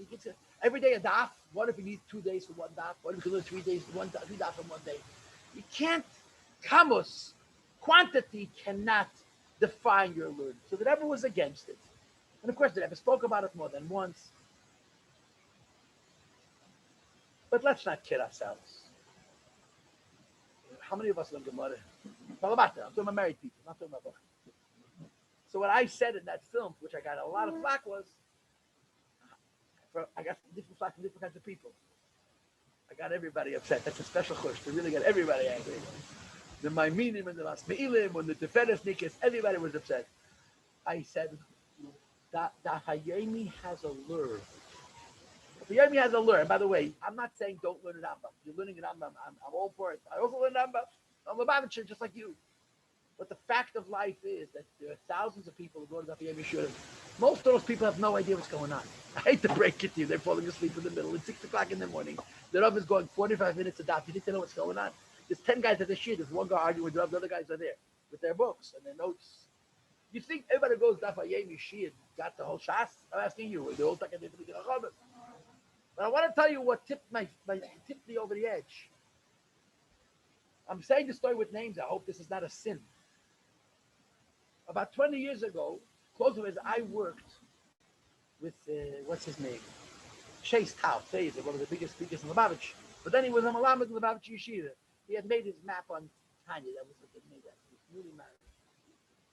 So he comes to me one day, and he says to me, my father, who's a Machal Shabbos Neichel Treitzis, saw on television that you could finish the whole Talmud in 7 years. So he called me up. He said, Seth, I want to finish Talmud in 7 years. So I said to him, what did you tell your father? The father not fruit. I said, I forgot what I told him. Bottom line is, I was in Chicago 3 or 4 years ago, and I eat the gross about a sage comes over to me, Shalom Aleichem, do you know who I am? I said, no. He said, you know Shei's Tau? I said, sure, I know Shei's Tau. I'm his father. You understand? So I fell in love with Daf HaYomi. He joined the Daf. He wasn't keeping kosher. That wasn't keeping kosher. So I learned Torah. So what I said was, who are we kidding? Most of us don't learn Gemara. You learn a Daf a day. Okay, I mean, there's a whole clan that everyone's against Daf HaYomi. Everyone's not against Daf HaYomi. Everyone's against Verbetelim, Moshe Horor, the Chilus, Meishishem, Puskai. So I advocated that people should Daf HaYomi for one simple reason. Because you're going to do it. You know why? Because of the Yetzer Hara for Daf HaYomi. The Yetzer Hara for Rambam is still germinating. It's still developing. But to learn to finish the Shas in 7 years. Now, I'm not saying you should join a Daf HaYomi shir. My point is, if you trick your Yetzer Hara into learning a lot of pages of Gemara, that's a good thing. It's a wonderful, wonderful thing. So getting back to the point, we are Balbatim. We're married. We have families. And we all work very hard. We're all fayokt and fadayit. We're always tired, you know? It's a terrible feeling. For me, the summer just started. I'm a teacher, and I really do work hard. As soon as the school was over, mamash, as soon as the school was over, I got sick. I got sick. I was in bed. Because the minute I didn't have all that stress, you know, I told my body you could rest. So all of it came out. And I'm recovering. I'm still blowing my nose from it. Yeah, but the summer I have a bit of time. I have time to look in a sefer. I could look at a page of Gemara, and I'm not nervous that I have to get to a class and have to have the material prepared and have enough time. I'm a teacher, so in the summer I have a luxury. I can learn. But most people don't have that luxury. Most people work 11 months a year, 11 and a half months a year, 2 weeks, 3 weeks. Everybody works very hard. And the little time that we have, and I will say that a lot of people are always tired. They're never 100%. They never what they want to do a bacha. Because when you're a bacha, you're tired. You slept for 12 hours and then you're ready to roll. If you get 6 hours, it's a good night. Maybe it's reality. I'm not a fool. But we're Hasidim. And if we're Hasidim, we're taught to think like it ever wants us to think. It's not the pshat. Other things are not important. Health is important. Panas is important. To be able to provide with our children, one of the great tests of life. My friends have this. Why can't I? It's a test. It's a test. It's a test. And the answer is not always no. Maybe sometimes the answer is yes. But we were trained and we were raised and we were taught, and our reality is Yiddishkeit above everything else. Yiddishkeit, and practically it means, I have to get up in the morning and have to learn Torah and have to go to shul and I have to start with a minyan. Then I'm going to run and spend who knows how many hours between traveling and work in my work. I'm coming home at night. I have to be a Jew. I have to. You know why? Because it's pekuach nefesh. It's pekuach nefesh. It's life and death. It's my life and death. It's my wife's life and death. And it's my children's life and death. It's literally life and death. And this story from a Mestagit, all Hasidim should have this chush. He was a real Jew. Reb Chaskell Abramsky was a real Jew. And he understood what it means that he's making a phone call on Shabbos. And believe me, he wasn't happy about it. But it was pekuach nefesh. And for us in our lives and in our family, this is the pekuach nefesh. The pekuach nefesh this is the American Golos. The American Golos is that I'll have 5 more minutes to give to that. But I don't have them. That's the American Golos. That's the whole story. The whole story is that I have 5 more minutes, I'm going to the shir. I don't have the 5 minutes. Jews came to America a long time ago, in the 1880s, the 1890s. It's 140 years ago. Jews came to America, right? Nobody wanted to not be from. The shaila was a very simple one. I need to support my family. If I don't support my family, my grandfather said to me, Yossi, you don't know how it feels to come home from school and find your furniture on the sidewalk. It's a direct quote. In America, you don't know how it feels to come home from school and find your furniture on the sidewalk. So you come to America, and America's a land of opportunity, but America's not a nice place. There's no welfare.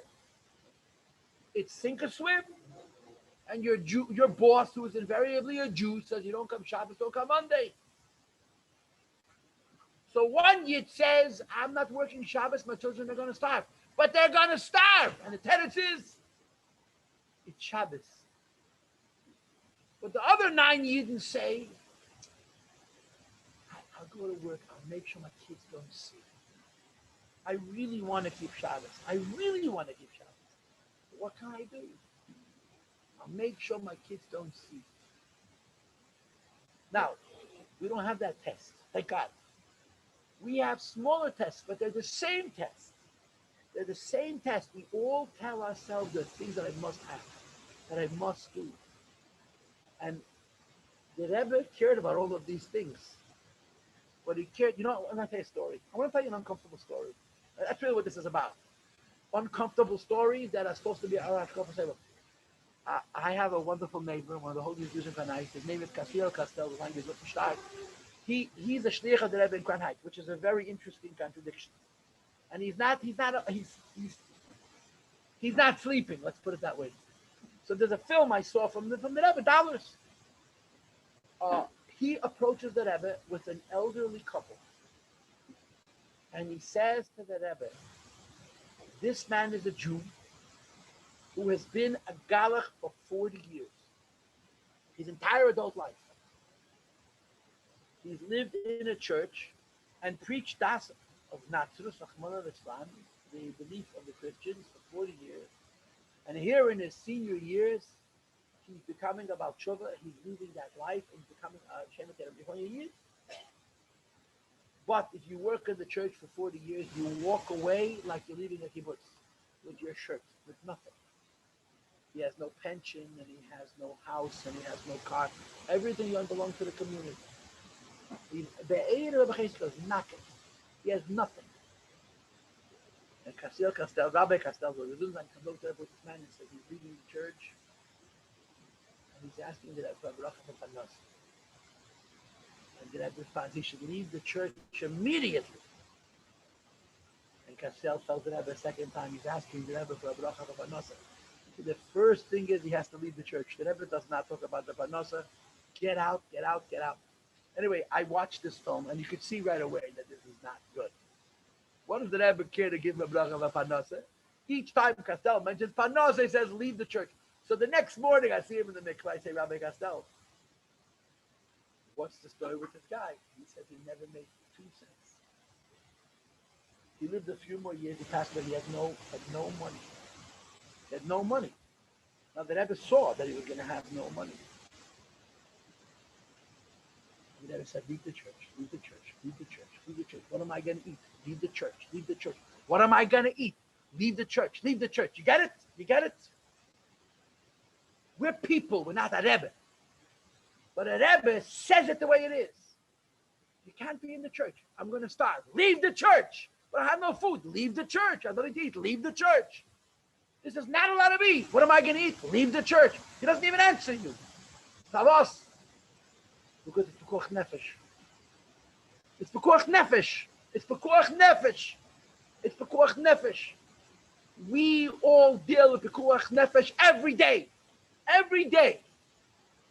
We just don't see it as Pekuach Nefesh. We see it as a better mark on a test, as a worse mark on a test. A better friend for my child, a worse friend for my child. Kinderlach, those little things, that's our whole life.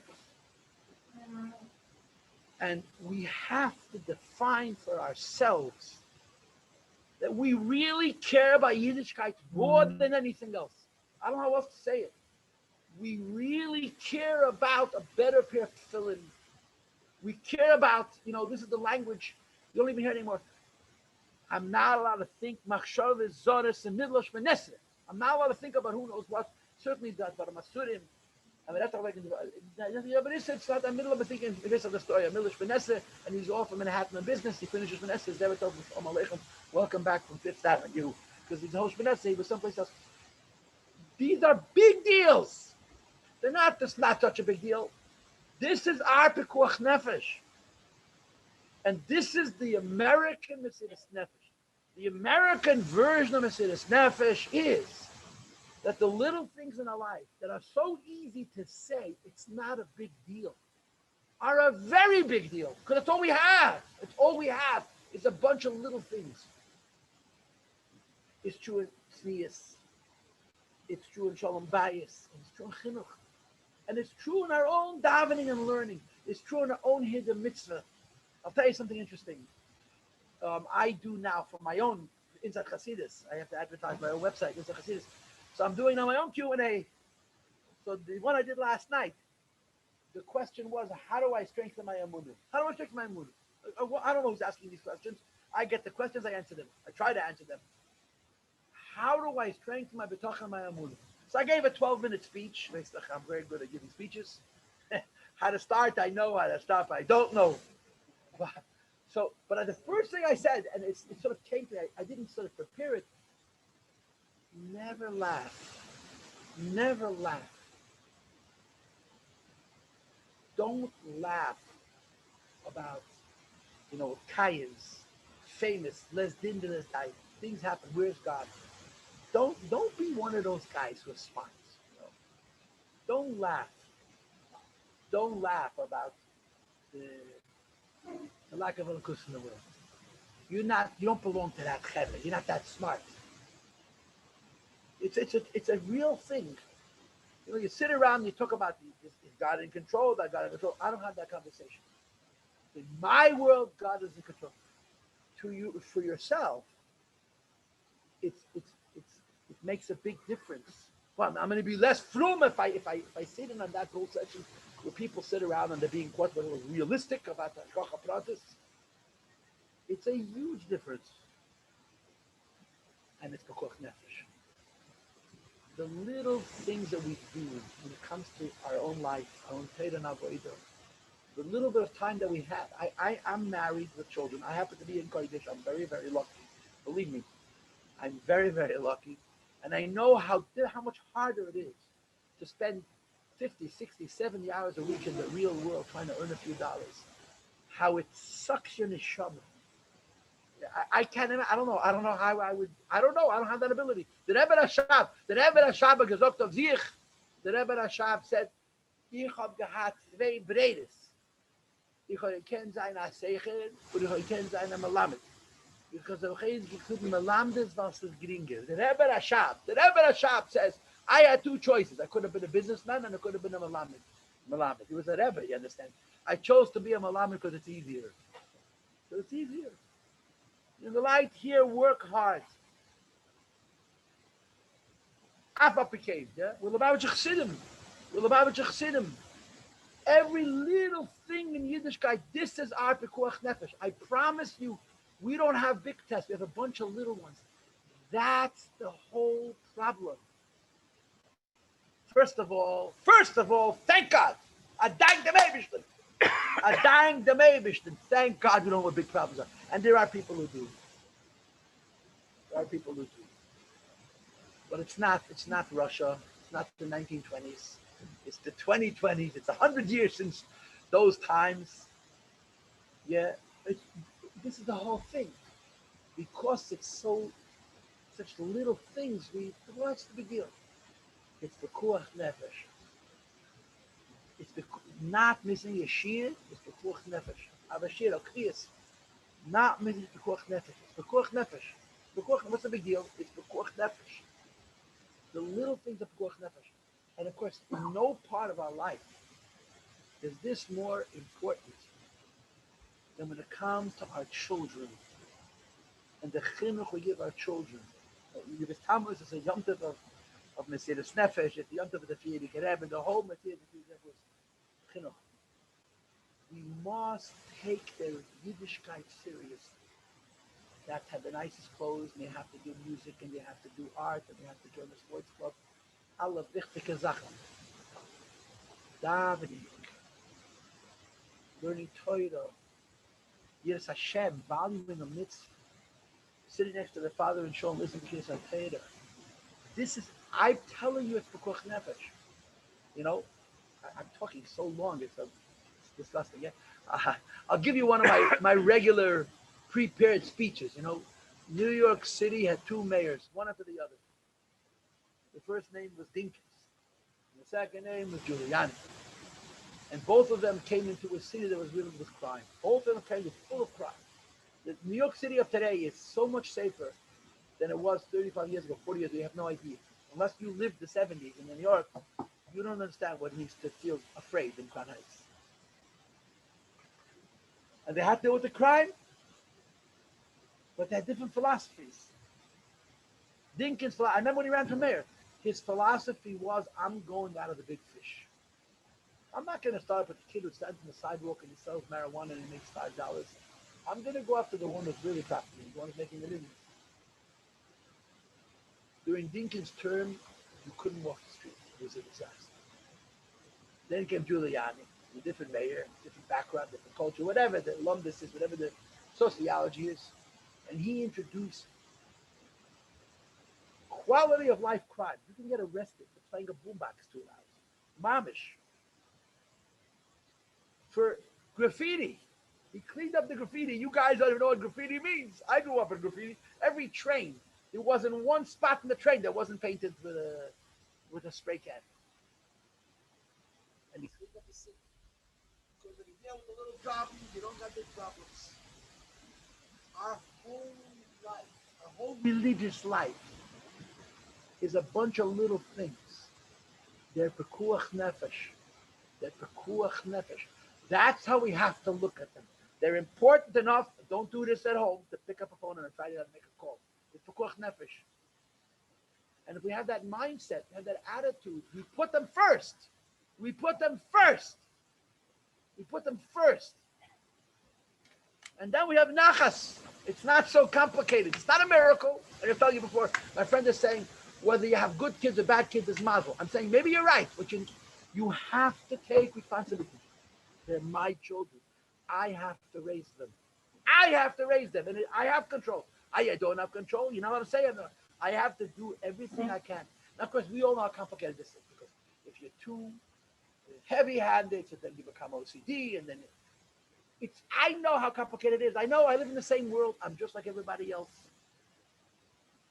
However you figure it out, that's why there's a man and there's a woman, there's two people, and with Hashem's help, you don't fight with each other, don't insult each other. Another thing, you want to have shalom bayis, don't make fun of your wife. It's not so complicated.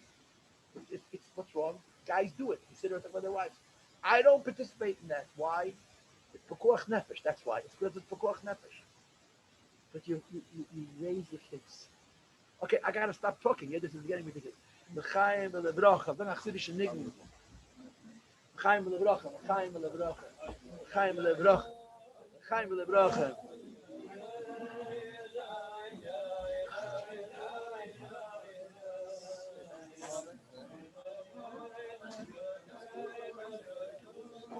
Mama.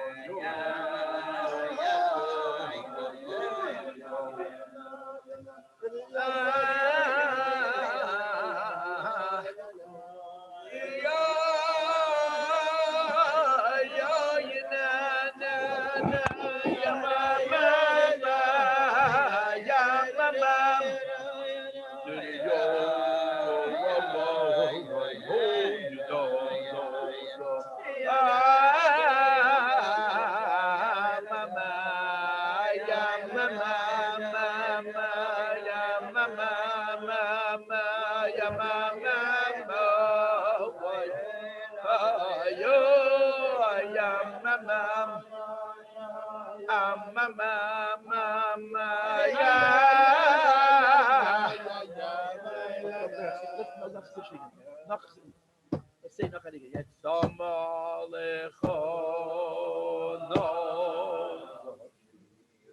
Koma lecha beso, V'yeretz yaveh yoyeli moy. Yo yo yo yo yo yo yo yo yo yo.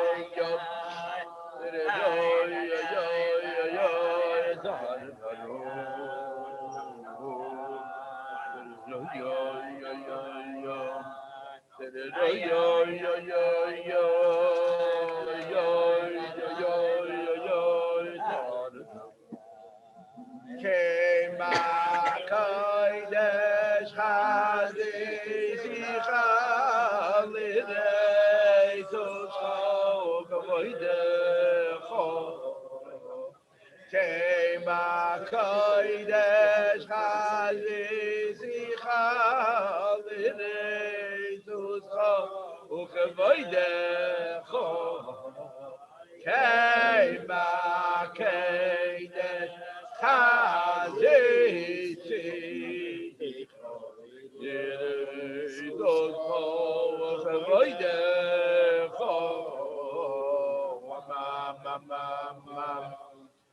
Da ma ma ma ma ya ma ma ma ma ya da do.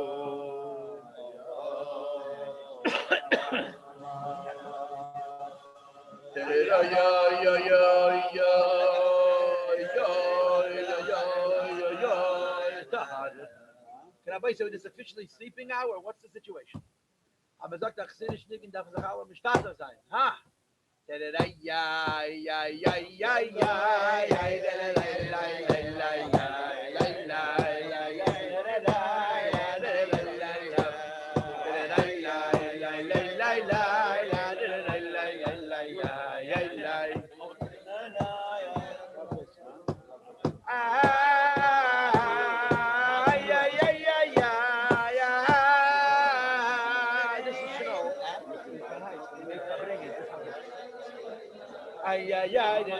And it's a summer. It's a excuse for 20 people.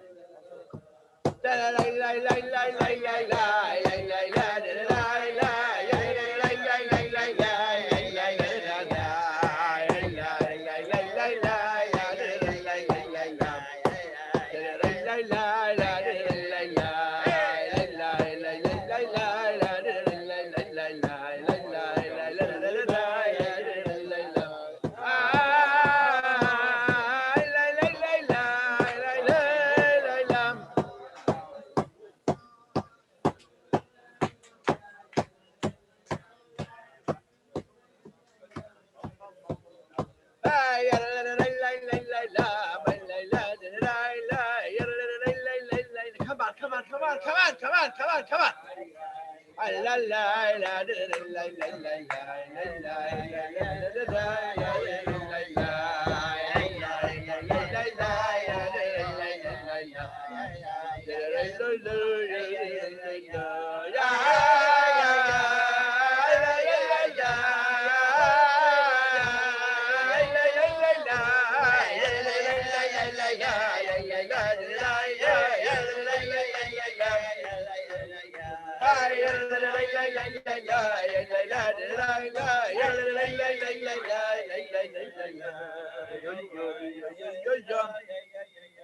Now, boys, if you're going to sing like this, I'm going to talk. I'm warning you. I'm threatening you.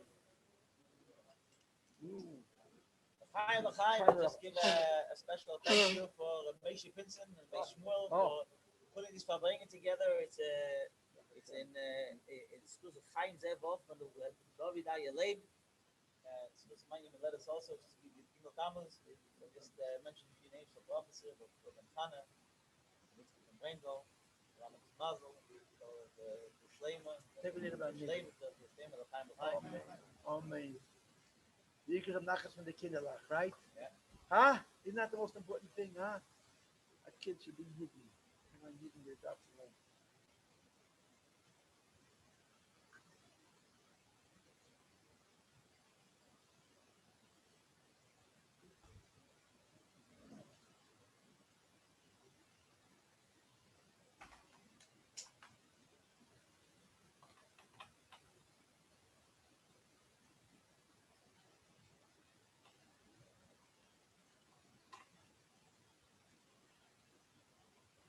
Rebbe Rashab left Lubavitch. The Rebbe Rashab left Lubavitch in Tefashai Vov. It's 105 years ago.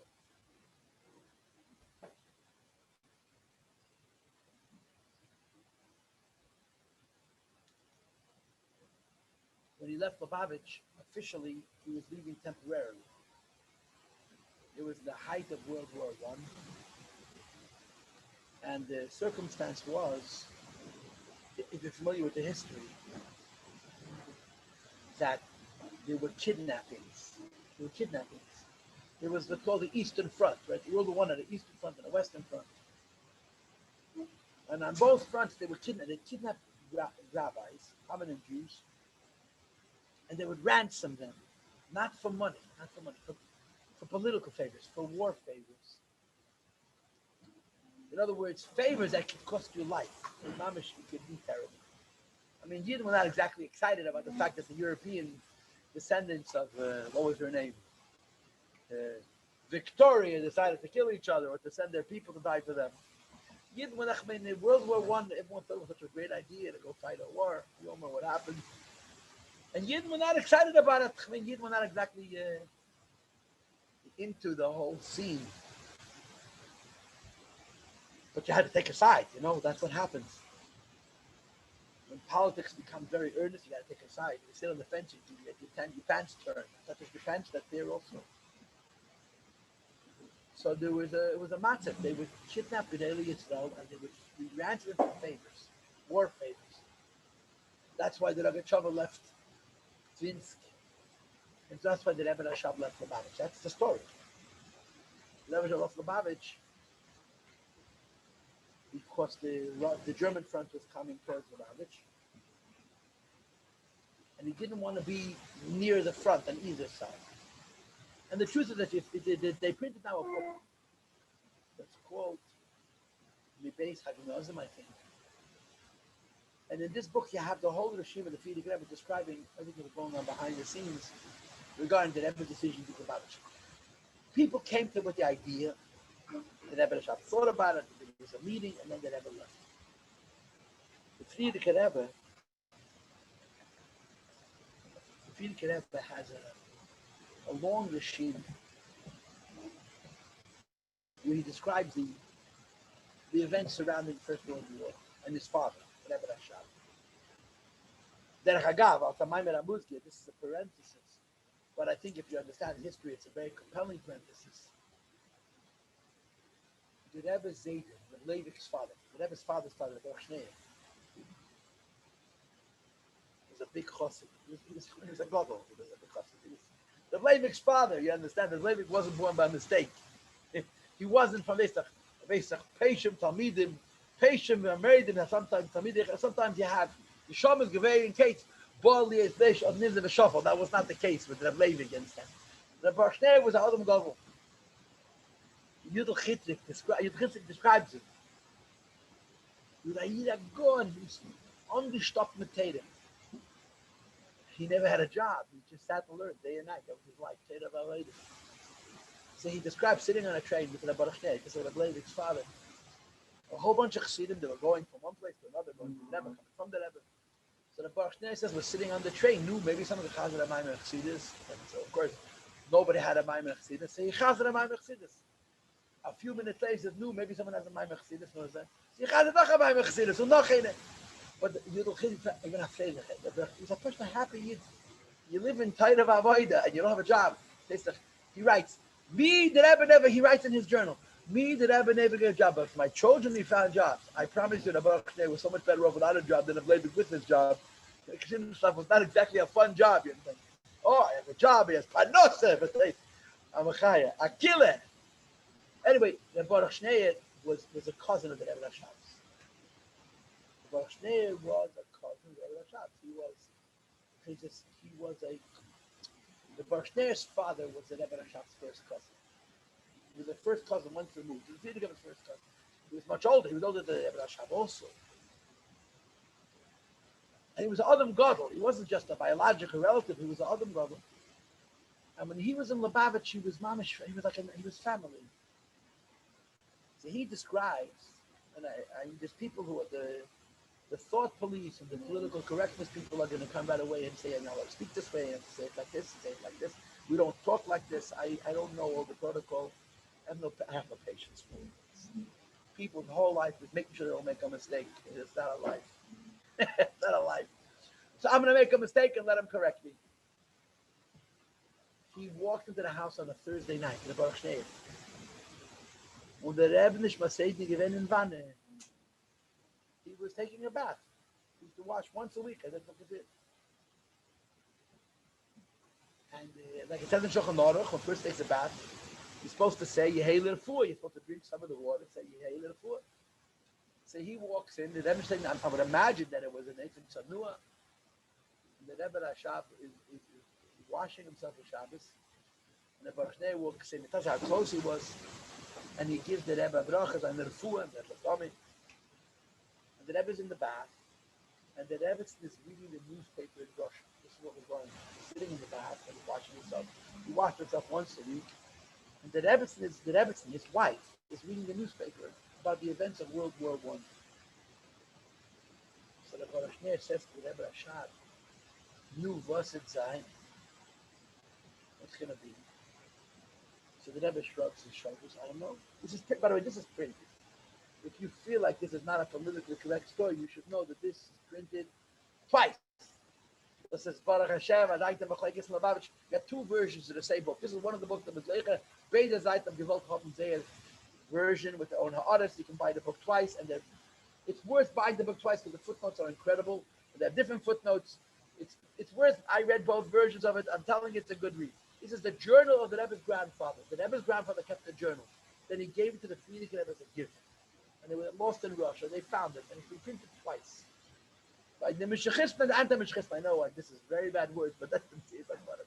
But the Meshachisten and the andere Yidden. Anti is a bad word. Anyway, so he says to the Rebbe Rashab, what's going to be? And the Rebbe shrugs his shoulder, I don't know. And then the Rebbe Rashab geht azog.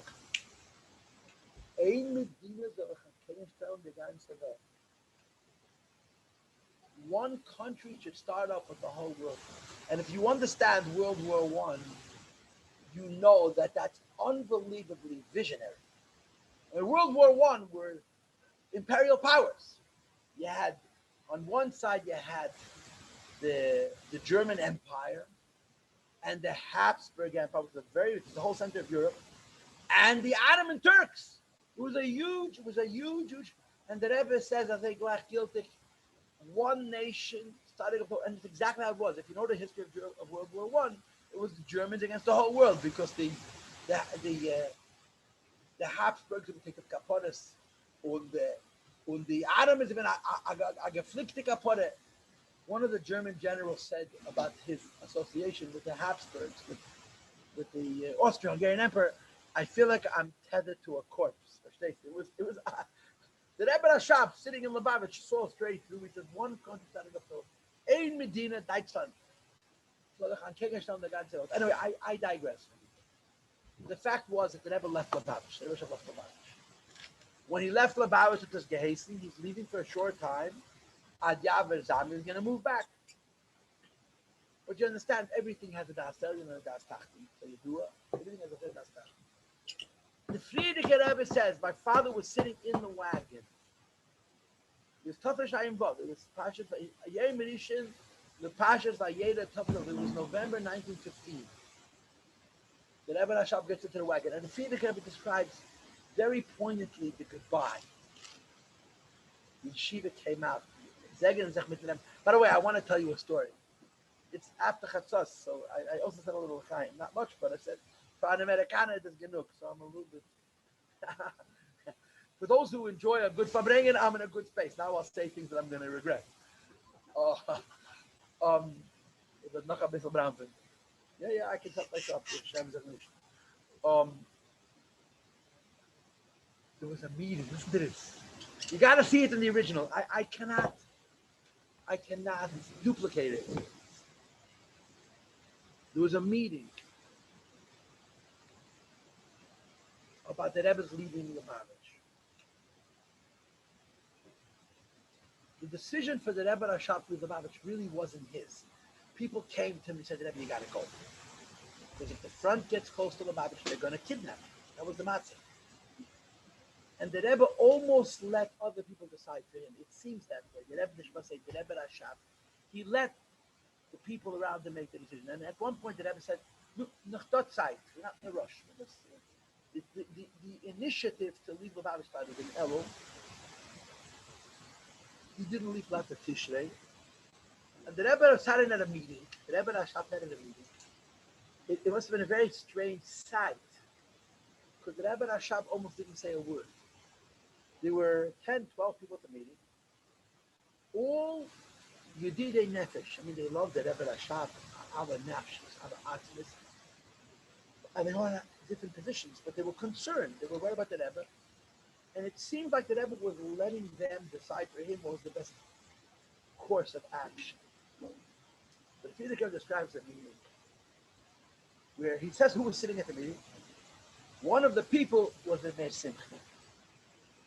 Meir Simcha Chaim is, if you're Gej, there's a 50% chance you're his descendant. 50%. There's 50% chance you're not. Meir Simcha was a big chassid. Meir Simcha was a groise oishen. He was a very, very rich man. And Meir Simcha was a real god.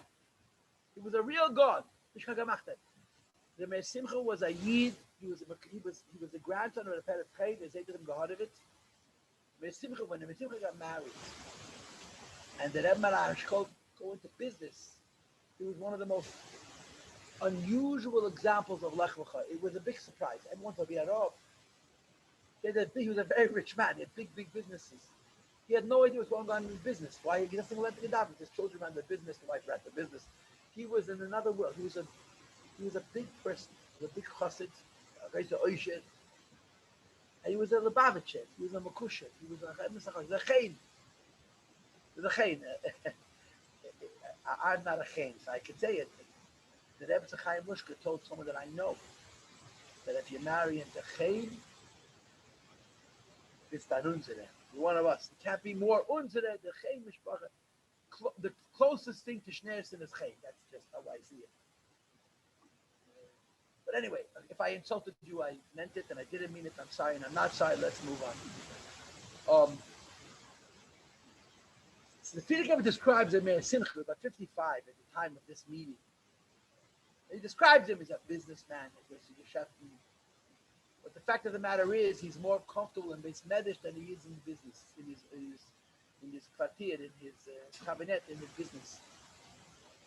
And the Meir Simcha sitting at the meeting, and the Hasidim who understood geopolitics, who had come to Lubavitch and said that the Rebbe has to leave ahead of the front, ahead of the advance of the Germans, the Meir Simcha is listening, and they're speaking of the Rebbe has to leave, the Rebbe has to leave. The Rebbe Rashab doesn't open his mouth. The Rebbe, imagine the Rebbe sits at a meeting, the Rebbe they're talking about him. You understand? I'm sure it was very respectful, but the Rebbe really let them decide for him. What I'm sharing is printed. This is why, if I'm making a mistake, this book is called Beis. You can buy the book, you can open it up, you can look inside, you can even come back tomorrow and tell me, Paltiel, you made a mistake, you're a and that makes you feel good, then I'm happy with that too. But at one point, in the middle of this meeting, the Meir Simcha blurts out. He's sitting there, the Meir Simcha.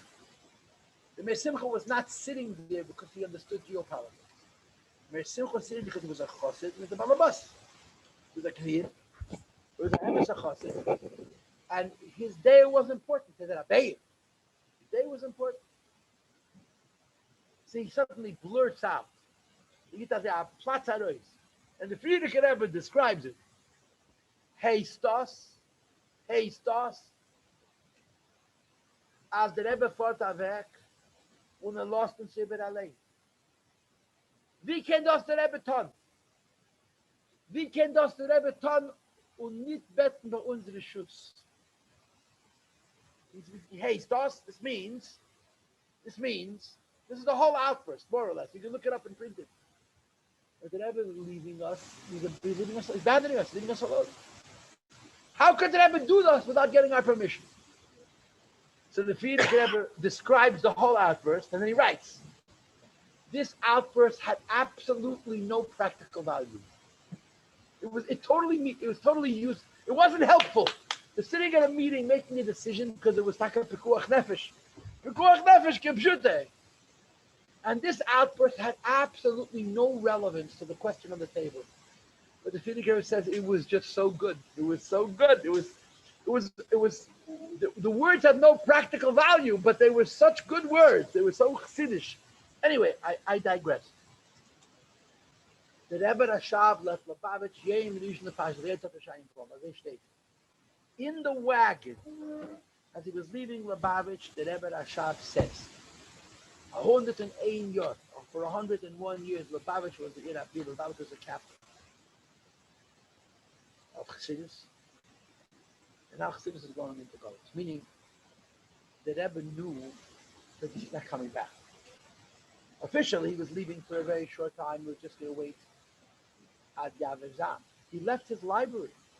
The Rebbe Rashav's library stayed in the library for 2 more years, and it was only shipped. There was a fire. I don't know what the problem was, but it was a temporary move. The Rebbe raised the chalas, and the Rebbe knew it's a woman. I have to tell you, I'm sorry I'm doing this to you, but like I said, it's after midnight. I got yesterday a kuntres that was given out for a wedding about the Pshema Aaron Kazanovsky. Last night, someone sent it to me, so I read it and I printed it out. My wife wondered why, how come I didn't go to bed? And that's the answer. I read. Kazanovsky lived in America. He was a very, very, very important Lubavitch Chassid. If you had to make a list of the 5 most important Chassidim in America, I mean, today, that list would be very different. But if you know the roots, Kazanovsky was one of the most important people. I'm talking in the 20s and the 30s, and the 40s, and the 50s. Kazanovsky was a big chassid. He was very eager, he was very dedicated. He got papers from his brother in 1926 to leave Russia, come to America. His brother lived here. He was already married with 2 children. And his brother sent the papers and tickets to come to America. So he went into the Frierdiker Rebbe and said to me, what should I do? And the Rebbe said, go. He said, the Rebbe is advocating that everyone should stay in Russia, and then what should be Beis Nefesh, the whole situation. And the Rebbe said, go. Okay, so he's going. Right before he left, he went in again to Yechidus. And he started to cry. It was 1926.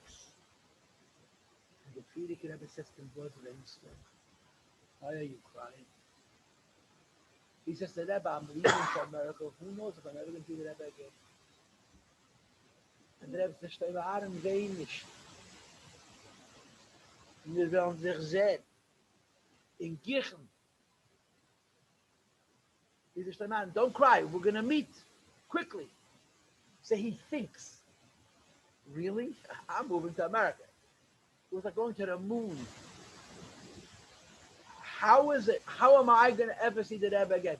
So the Rebbe, he doesn't say a word. He just thinks it, and the Rebbe responds to his thought. Dorten. The Rebbe said to him, we'll meet again. And he's thinking to himself, there's no way we're ever going to meet again. And the Rebbe says, over there. They met 3 years later. 3 years later, the Rebbe came to America. It was so prophetic, and it was so unlikely. It was so unlikely. Anyway, I am sorry that I digressed again. Let me go back to the first story. The Rebbe left Lubavitch. The Rebbe Rashav left Lubavitch, and he said for 101 years, Lubavitch was Irabir of Chassidus. And now Chassidus is going into Golis. This, of course, the Rebbe spoke about this many times. The Frierdiker Rebbe spoke about Asora Goliath goes to Lubavitch. Lubavitch was exiled 10 times. Lubavitch, whatever it was. To Slavinsk, to Smolensk, I don't know where. To Stov, and to Leningrad, and to Malachovka, and to Riga, and to Poland.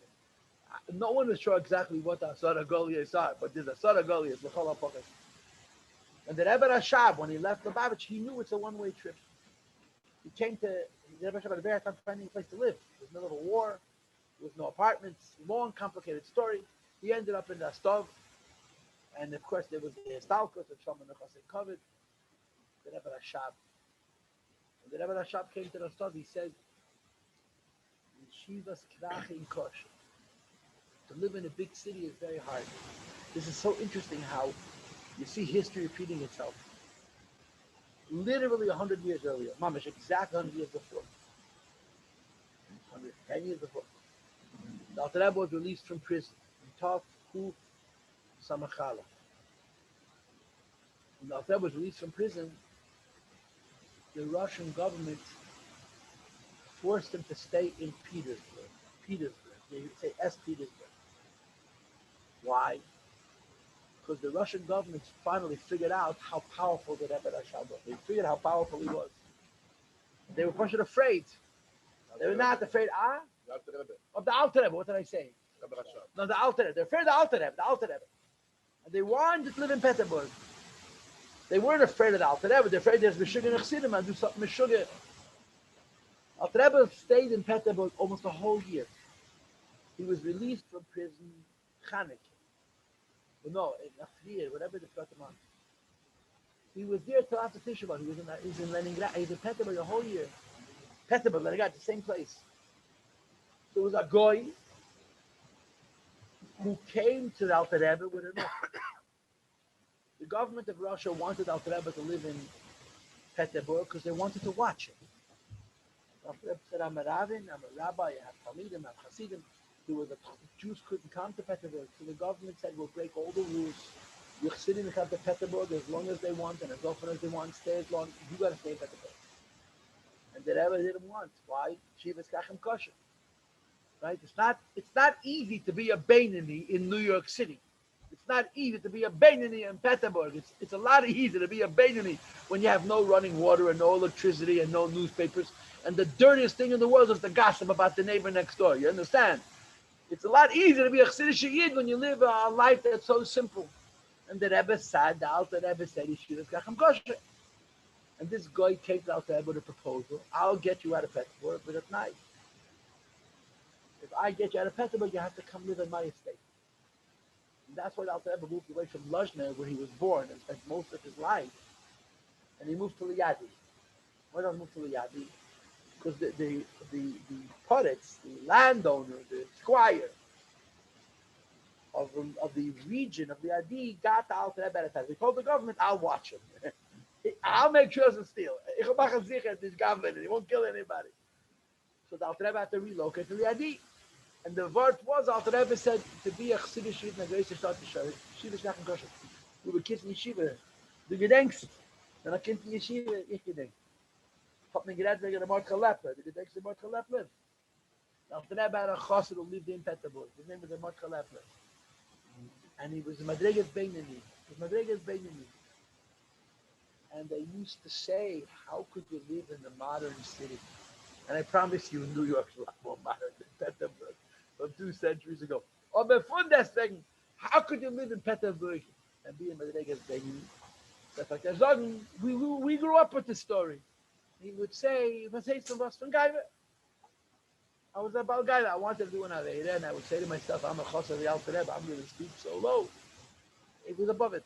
And the Alter Rebbe said about the Mordechai Lepler that he's a Madrigas Beinani in the Bechina of a Yigbal Liebe V'Darki Havaya. Geiver. But the Alter Rebbe wanted to be in a shtetl. Alter Rebbe wanted to be in a shtetl. You want to hear a crazy story? You want to hear how primitive Lubavitch is? You want to hear how backwards Lubavitch is? This is the ultimate story of Lubavitch backwardness. It's an incredible story. the case, the Tsar of Russia, I mean, everybody knows Russia's the most modern country in the world.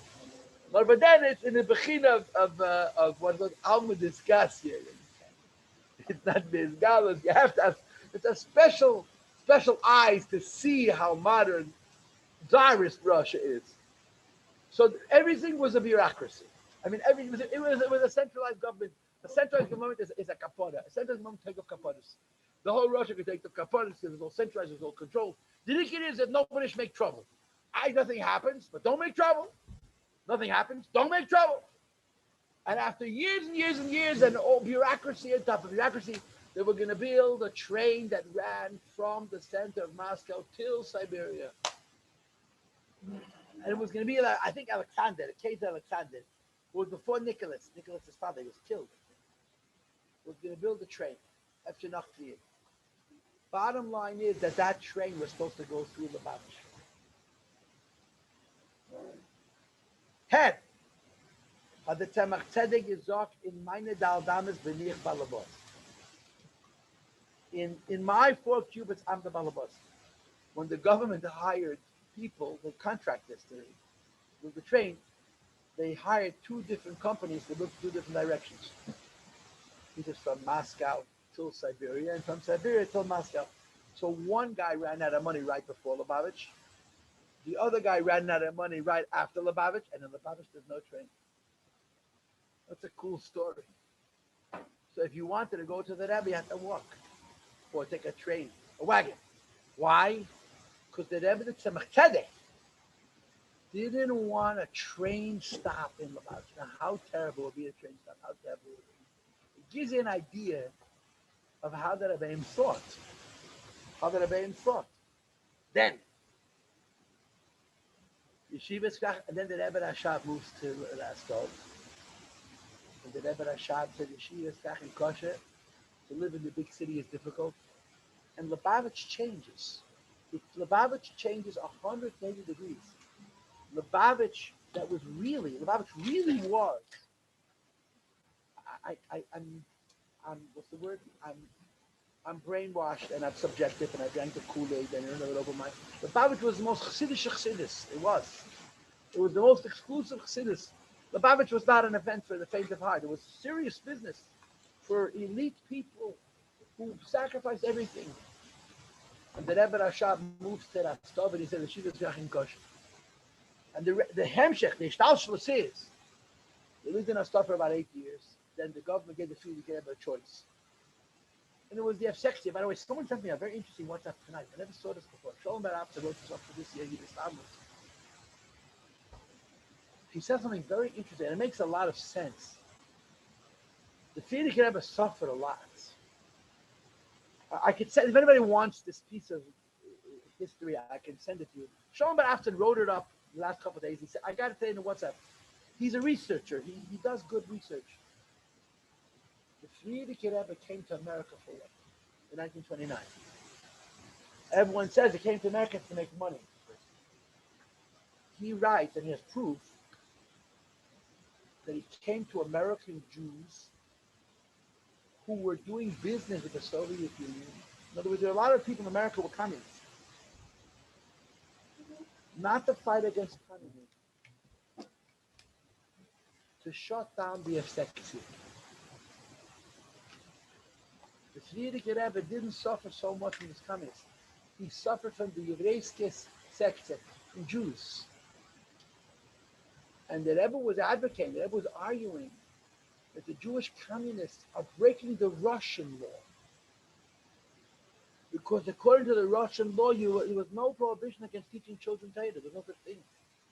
The Yevseksia were the radicals, they were extremists. And the Rebbe was advocating. He writes, Shalom Afson writes, and he has proof that the primary purpose for the Rebbe's visit to America was to put pressure on American Jews who were communists, to put pressure on the communists in Russia, not to fight against communism, to fight against the sector, and simply say, enforce the law of the land. And according to the law of the land, a Jewish child is allowed to teach him Torah. This whole business that anybody who's associated with religion is a bad person is an extreme. And he tells some very interesting things, how in some city, in Gomel, the Yevsektia came along and they said that they're going to uproot a Beis HaKvaros and make it into a stable for horses. And they took him to court. And Trotsky himself came to Homel and he made them put the 200 people that they had moved, put them back. In other words, there was a ta'amula within Russia to enforce Russian law that allowed people to be Yiddish within certain parameters. But in any case, I want to get to my point. My point is that Rabbeim left Lubavitch. They moved to the big city, and they understood it's a one-way trip. And this, to me, is one of the most compelling pieces of Chabad history. I think it's important to know this. The Rebbe Rayatz, the Frierdiker Rebbe, left Russia the day after Simchas Torah Tov Reish Pechas. Right, the day 1927, the day after Simchas Torah, he left Russia. And it's printed in Sefer HaSichos. By the way, nothing I tell you should believe. Everything you should look up. I try to give sources for things for this reason. It's Sefer HaSichos Tafresh Bechas. You can look it up. It's gedruckt. On Simchas Teda, the Friedrich made a statement. And I was very good. Nicht good, aber kein. The Rebbe Ayatz made an announcement, and he asked that everybody should hear it. They should tell everybody. And he said the announcement was like this: anybody who knows me personally knows that the argument that says that I am leaving Russia because of pachad, because of fear, because I'm afraid for my life. If you know me, you know how silly that is. I have gotten over fear a long time ago, the Friedrich Rebbe says. I lived a life of a serious nefesh from my childhood. The idea that I should leave because I'm afraid is silly. And I want everybody to know that my departure from Russia is not based on a silliness. And I use these words. This is Lashon Harav. Seder Mesuder Yesh Kan. There's a master plan. Seder Mesuder Yesh Kan. There's a Seder. The Rebbe Rayat said this one day before he left Russia.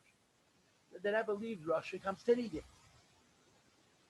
I don't know if you ever studied the Rebbe's English, the Friedrich Rebbe's Kaddish, but the Rebbe lived in Riga 6 years, 5 years. During the entire time that he lived in Riga, on his stationery it's written, temporary residence. And for 5 years he lived in Riga. He was a Rabbi at a shul, Friedrich Rebbe.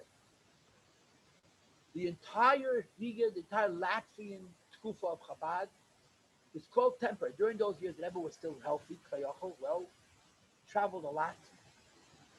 And he was in America, he was in Eretz Yisrael, he was in Eastern Europe, he was in Western Europe. And the purpose of these travels was to decide where he was going to live. And it's fascinating to read, and everything I'm saying is documented. The Rebbe stayed in Riga till he became a Latvian citizen. The day after he became a Latvian citizen, he moved to Poland. And it saved his life. Because when the war started, I heard this from Garfinkel myself. He went to see the Friedrich Rebbe in 19 the beginning of the war. On the Friedrich Rebbe's apartment, there was a big sign that read, "The people who live here are Latvian citizens." So the Rebbe got out. He stayed in Latvia until he became a citizen in Latvia, then he moved right away to Poland. And there's a letter printed now in Friedrich Kaddish where the Rebbe writes to the Rebbe, the Friedrich writes to our Rebbe, that he's by 90, I contemplated it. And Zeha Ike, Friedrich writes to the Rebbe, to our Rebbe, the most important thing is to be in the Siva of faith. He made the decision to move to Poland because he wanted to be near Tem Chatinim. I heard from Rabbi who he was my Rosh Yeshiva. I worked with him. He was an 80-year-old Chassidish Yid, and I was a 25-year-old Schneckel who didn't know I was a Schneckel. But we were co-workers. I was the Mashpia, and he was the Rosh Yeshiva in Kleinigkeit. Well, he used to Farbrengen. He was a very good Farbrengen.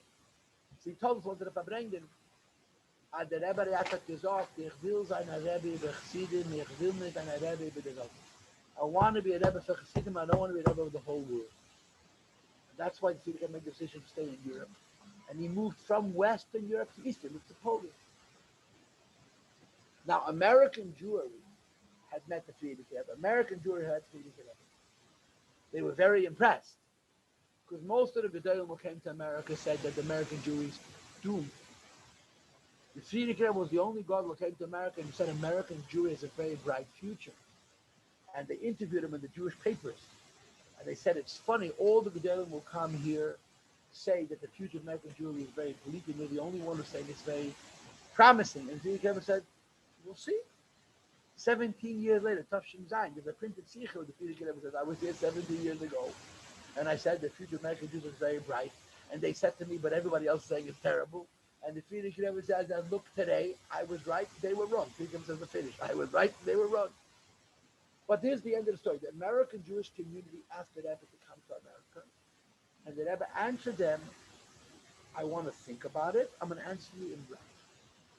So in Elul, he tests 2 months later, back to Europe. Tafish Tzaddik, he wrote him a letter. Everything is in the Igros Kaddish. There's no secrets. He writes to them that I received your letter. First of all, I want to thank you for your hospitality. how you greeted me and how you treated me and how you looked after me. And when he gave to the question of relocation, he doesn't say no.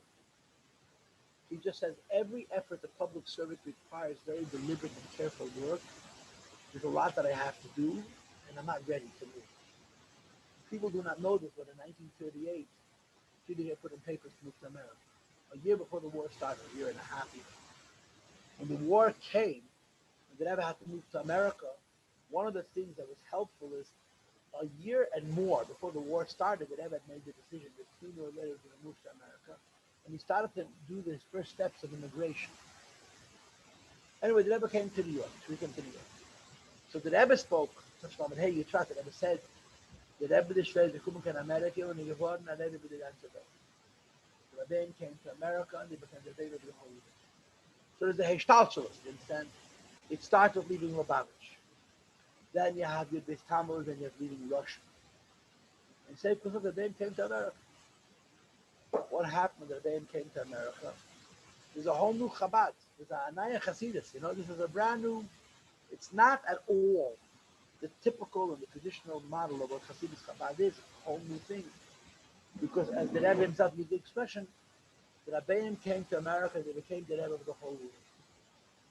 And Lubavitch, it used to be the most rigid, the most insular, the most traditional, the most pious, the most principled Hasidus, became the most pluralistic. It became pluralistic. Tammuz, the world was destroyed. And to use that cliche, it was Pekuach Nefesh. It was Pekuach Nefesh. It was a new world. There was a need for Mesiras Nefesh, and the Rabbeim undertook. It's their business to concern themselves. Instead of being busy with the deep secrets of Chabad, the Rabbeim are busy with their little child learning all of this. You know, one of the stories that grabs me, I don't know why, but this story touches me. There's a Yid who lives in Yerushalayim, his name is Uri Kaplun. I never met him. I read his book. He read many books. Uri Kaplun is Australian. Uri Kaplun is a grandson, is a son of a daughter of a Yid by the name of Moshe Zalman Feiglin Olav Hashem. Moshe Zalman Feiglin moved to Australia in 1909, almost 150 years ago, 10 years ago. The Rebbe called him the Avraham Avinu of Australia. He raised 10 kids, all through him. Beis Koitzai Shel Yud. In Australia, there was a spiritual desert, they had no idea. He was a tzaddik. He was such a special man. When he came to the Rebbe gave him covered malachim. He came to him one time in 1956, Safshin Tezayin. He gave him a picture. The Rebbe gave him incredible coverage. Uri Kaplun is his grandson. Uri Kaplun wrote a biography of his grandfather. It's a good read. He writes well. At Michigan Land fun. It's an easy read. If you speak English, it's easy to read this one. It's not a big book. It's called the Avraham Avinu of Australia. It's a good book. But one of the most poignant pieces in the book is he writes, Uri Kaplun writes, the Rebbe said in the Farbrengen once, and he quoted line and verse. The Rebbe der Schwer hat gesagt, the Friedrich Rebbe was not a healthy man, says, ich will sich nicht legen, I'm not going to go to sleep until the talks and tales, which has to be shipped off to one Jewish boy in Australia, is in the mail. The Friedrich Rebbe said, and the Rebbe repeated it, I will not go to sleep until this, for one child in Australia, one child in Australia is going to get the talks and tales. Until it's the mail, I'm not going to sleep. And Uri Kaplun writes, this story is very meaningful for me because I'm that child. Because I'm that boy. When the Rebbe said that I know because I was at the receiving end of those talks and tales. You understand? This is a new Lubavitch. It's a new Lubavitch. The new Rebbe, it's a new Lubavitch. And it's all about Abbas Yisrael. All of a sudden, it's not like the old Lubavitch. The Rebbe never ever said that the old Lubavitch is obsolete. Never ever said Lubavitch is old-fashioned. There's additional obligations. There's additional responsibilities. And the additional responsibilities come down to the idea of and to me, I'm saying this. This is a Farbrengen about Yudis Tammuz. I'm saying it in light of Yudis Tammuz. Yudis Tammuz set up the Frierdiker departure from Russia. The Frierdiker departure from Russia began when his father left Lubavitch 10 years before. And it culminates, it finishes with the Rabbi coming to New York and settling in Crown Heights. Why did Rabbi settle in Crown Heights? They settled in Crown Heights because Crown Heights then was the most modern neighborhood in New York. It's hard to imagine, but of all the 5 boroughs, the Beverly Hills of New York was Brooklyn. And the Beverly Hills of Brooklyn was Crown Heights. And the Frierdiker Rebbe said, I am going to be in Hamoyna Sharaimi. You know the story, yes. The Rebbe came to America, and they saw that as the sugar they say Dover. All the Rebbe Ayatz's friends were very worried about him. He was speaking like a crazy man. The Frierdiker was 60 years old. He couldn't talk and he couldn't walk. He rolled off the ship literally in a wheelchair. The second time he came in a wheelchair. And he's talking about making to America to Malcolm Taylor and the revolution. And the people who lived in America knew, as the Frierdiker Rebbe describes Mesichis, the Achzava, the disappointment that the Frierdiker Rebbe is going to suffer. But they know what to do. He's speaking Azoy Amerikanish. The Frierdiker Rebbe sounded so crazy. So they had to save the Frierdiker Rebbe from himself. They had to push and protect the Frierdiker Rebbe himself. You shouldn't have to show him.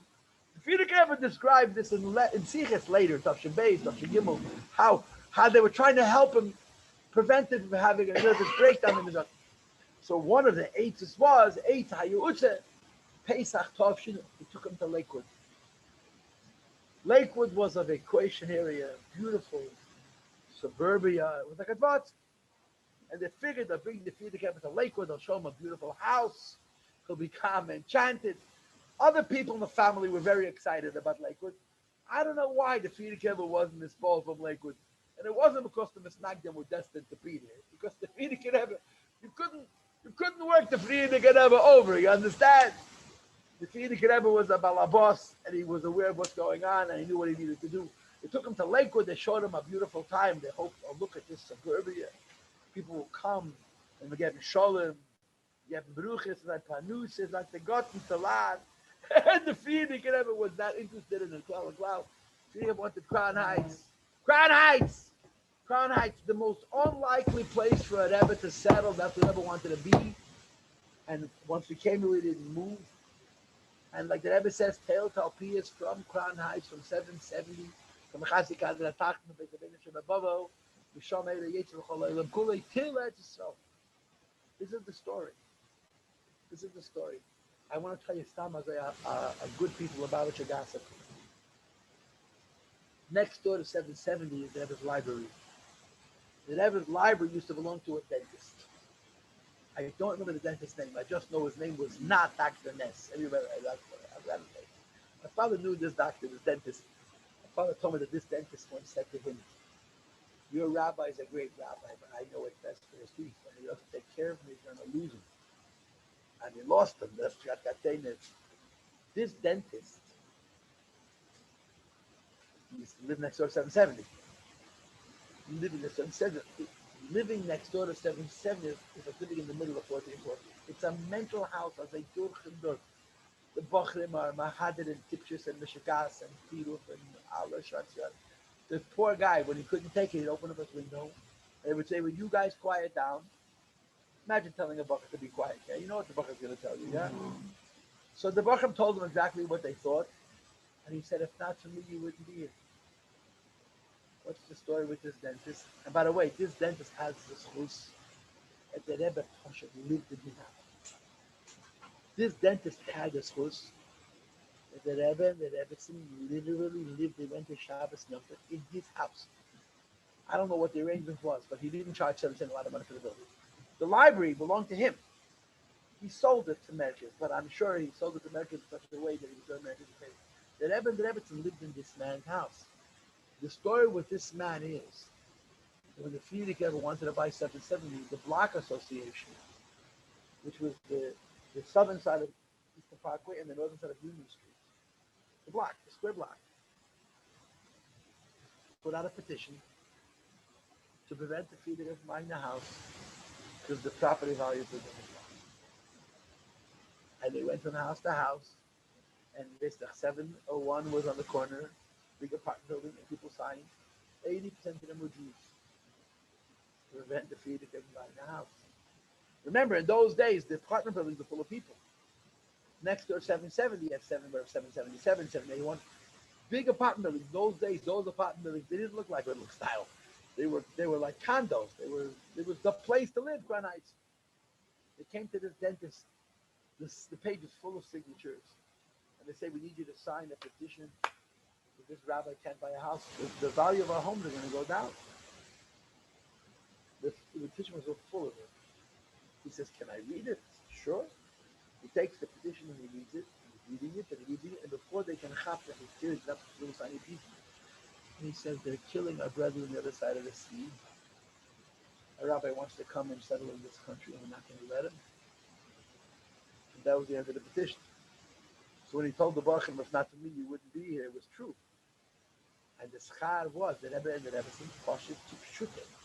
He lived in this man's house. We can touch him in the days, from Ches, every Shabbos and Yom Tov. Anyway, I digress. The point is that Rabbein came to America. I wanted to say the part. I'll stop. Okay, I'm done. I want to say one part. In the Basa Vagani, amongst the many different things that Rebbe says in the Basa Vagani, he says this expression, this Oishbrach, this Yitur, this Mishpach. He speaks about Avraham Avinu, right? Avraham Avinu was the first. What was in Avraham Avinu? Nicht Keil Ha'elam, Atal Kut and Delta Dabazundazach, nor Keil Elam or Kut Dabazains. And then the Rebbe said, it says, Al Tikra Vayikra Ela Vayakri.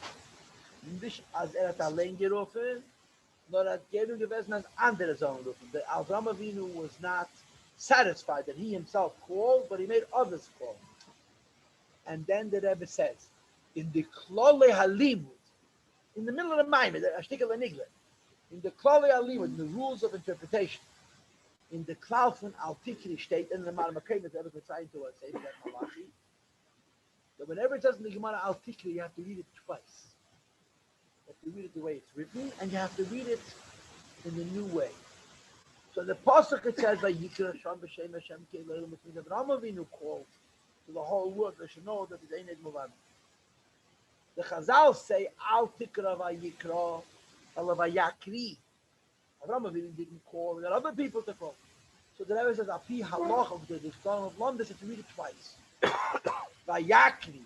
Avraham Avinu got other people to call. Vayikra. Avraham Avinu called himself, and then the Rebbe said these words. Oi du willst, as dir soll eingehen der Vayikra, muss sein der Vayakri. That's what the Rebbe says in the Maimon. Which means, if you wish that you should personally experience the Vayikra, there needs to be the Vayakri. And what the Rebbe is saying in these few words is a whole different definition of a chassidus. You want to be close to the Eivishter? Bring somebody else close. That's the touch. If you wish, there's an eingehen. I want to argue to you if I word eingehen.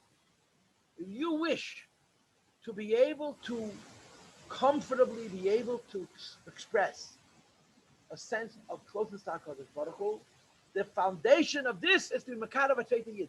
This is the new Lubavitch, which starts in Beis Tammuz. It starts really earlier, but the Beis Tammuz is a step in the change of the direction of Lubavitch Chassidim. The Rabbi said that Chassidus today is V'ahavta Lechamecha. It really always was, you should know. It always was. People didn't understand it, you know.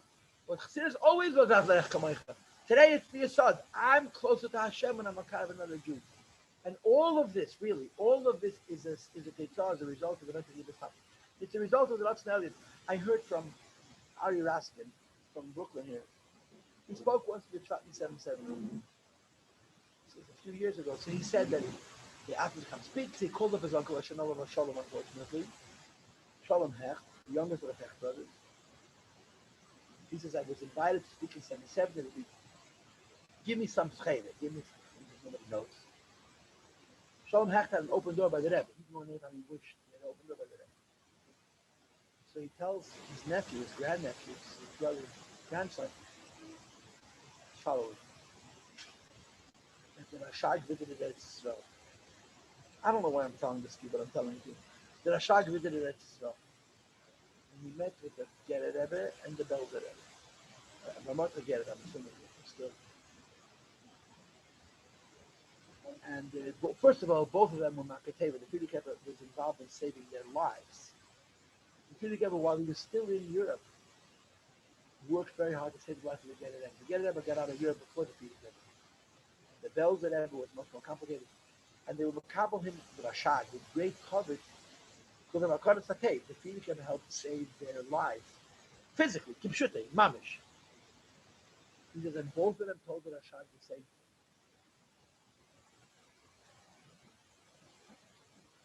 But they heard what the Frierdiker Rebbe is doing. The Frierdiker Rebbe, and really, Chabad was the most exclusive Hasidus. Chabad was the last place you would think Ufaratsta would come. The last place you would think Ufaratsta would come to be from Chabad. And they sent a message. And they heard that the Frierdiker Rebbe has sort of recentered Hasidus. It's Pasha Gepshutet, the Neke Shabbat Yiddish Kinder, should learn a Cheder, should Taylor, to come with Alapov. And the message was, we heard what the Rebbe is doing, and we want the Rebbe to know that we support and we agree with it. Has to show them they should join. But this is the message. What's they going to do to shade? What was the difference? And the bells are Yiddish Kapitel. I'm not translating this for reasons that are not politically correct. The bells are Yiddish Kapitel. If it ever came to this across the field, he created a new Lubavitch. This is our Lubavitch. Our Lubavitch, if you feel like it's not enough of a chutz, you kind of another person.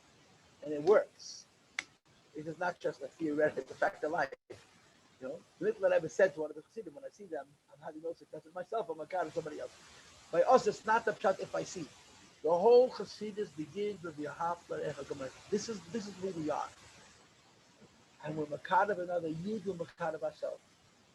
And if we're Makad of a Yid, and we're not Makad of ourselves, we're the higher that we haven't done enough to Makad of another Yid. This is the poster based Tammuz Lubavitch. This is who we are. This is us. And I mean, I chavish gesagt to Meidach sein, I chavish koyach to Meidach sein. But in the Maime of Yata Tetzave, the Maime which is connected to the Tammuz, what's the whole Mekud of the Maime?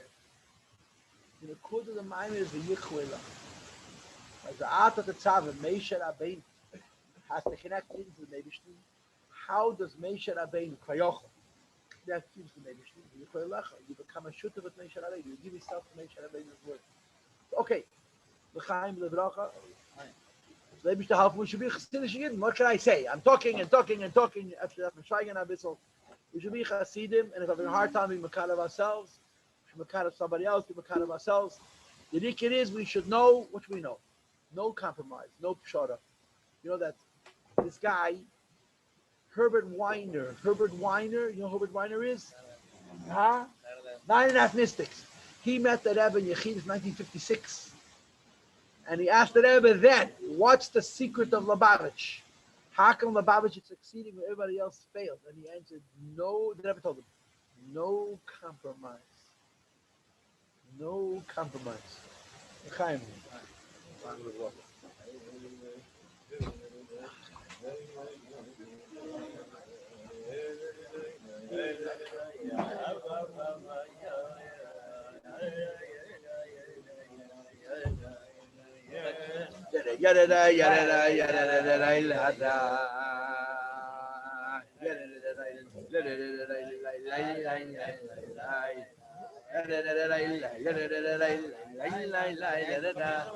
Younger man, what is your name? Shalom Aleichem, Shaya?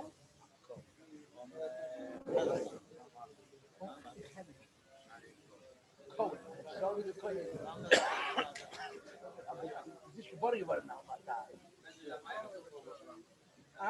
Shalom Aleichem. So younger man, you're younger than me this time. You cook like an alpacas. The Mendel's like so. An alle Räte darf man sich verschreiben, jeder der wenn weiß. Dann so wissen, dann will gewinnen Räte. Schau mal weg.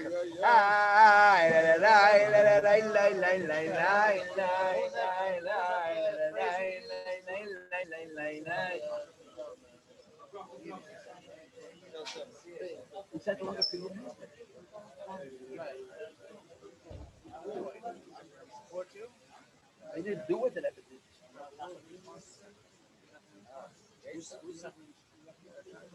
He sent, I forgot. Okay, but you are who I think you are, right? You're married to my student. Let's just get looking mega again. You just your wife is here too, you just came by yourself. Summertime, there's no kids, there's no school. What's not there? How are your children? You're still idealistic and principled. Don't ever, stay young and stupid as long as you can. But never some shon. Okay, you gotta turn off this machine, yeah? This is the guy in charge. Okay, genug. Oh, what heißt das mit dir? You bist Tammuz, was dank für Brauch für Schüler. Kann nicht das mit dir. I can answer, I mean, if you need. I have a gato. You'll take it Give it back to me. Yeah. Shalom Aleichem! Yes, good to see you.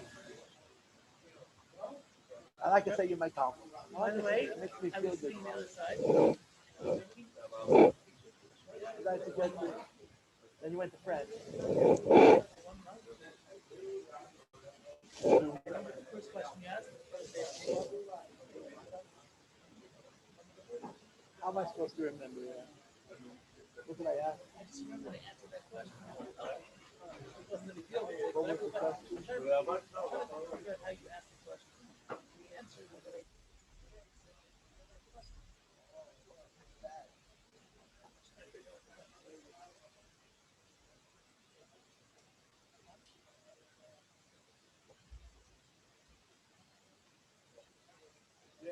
Amen.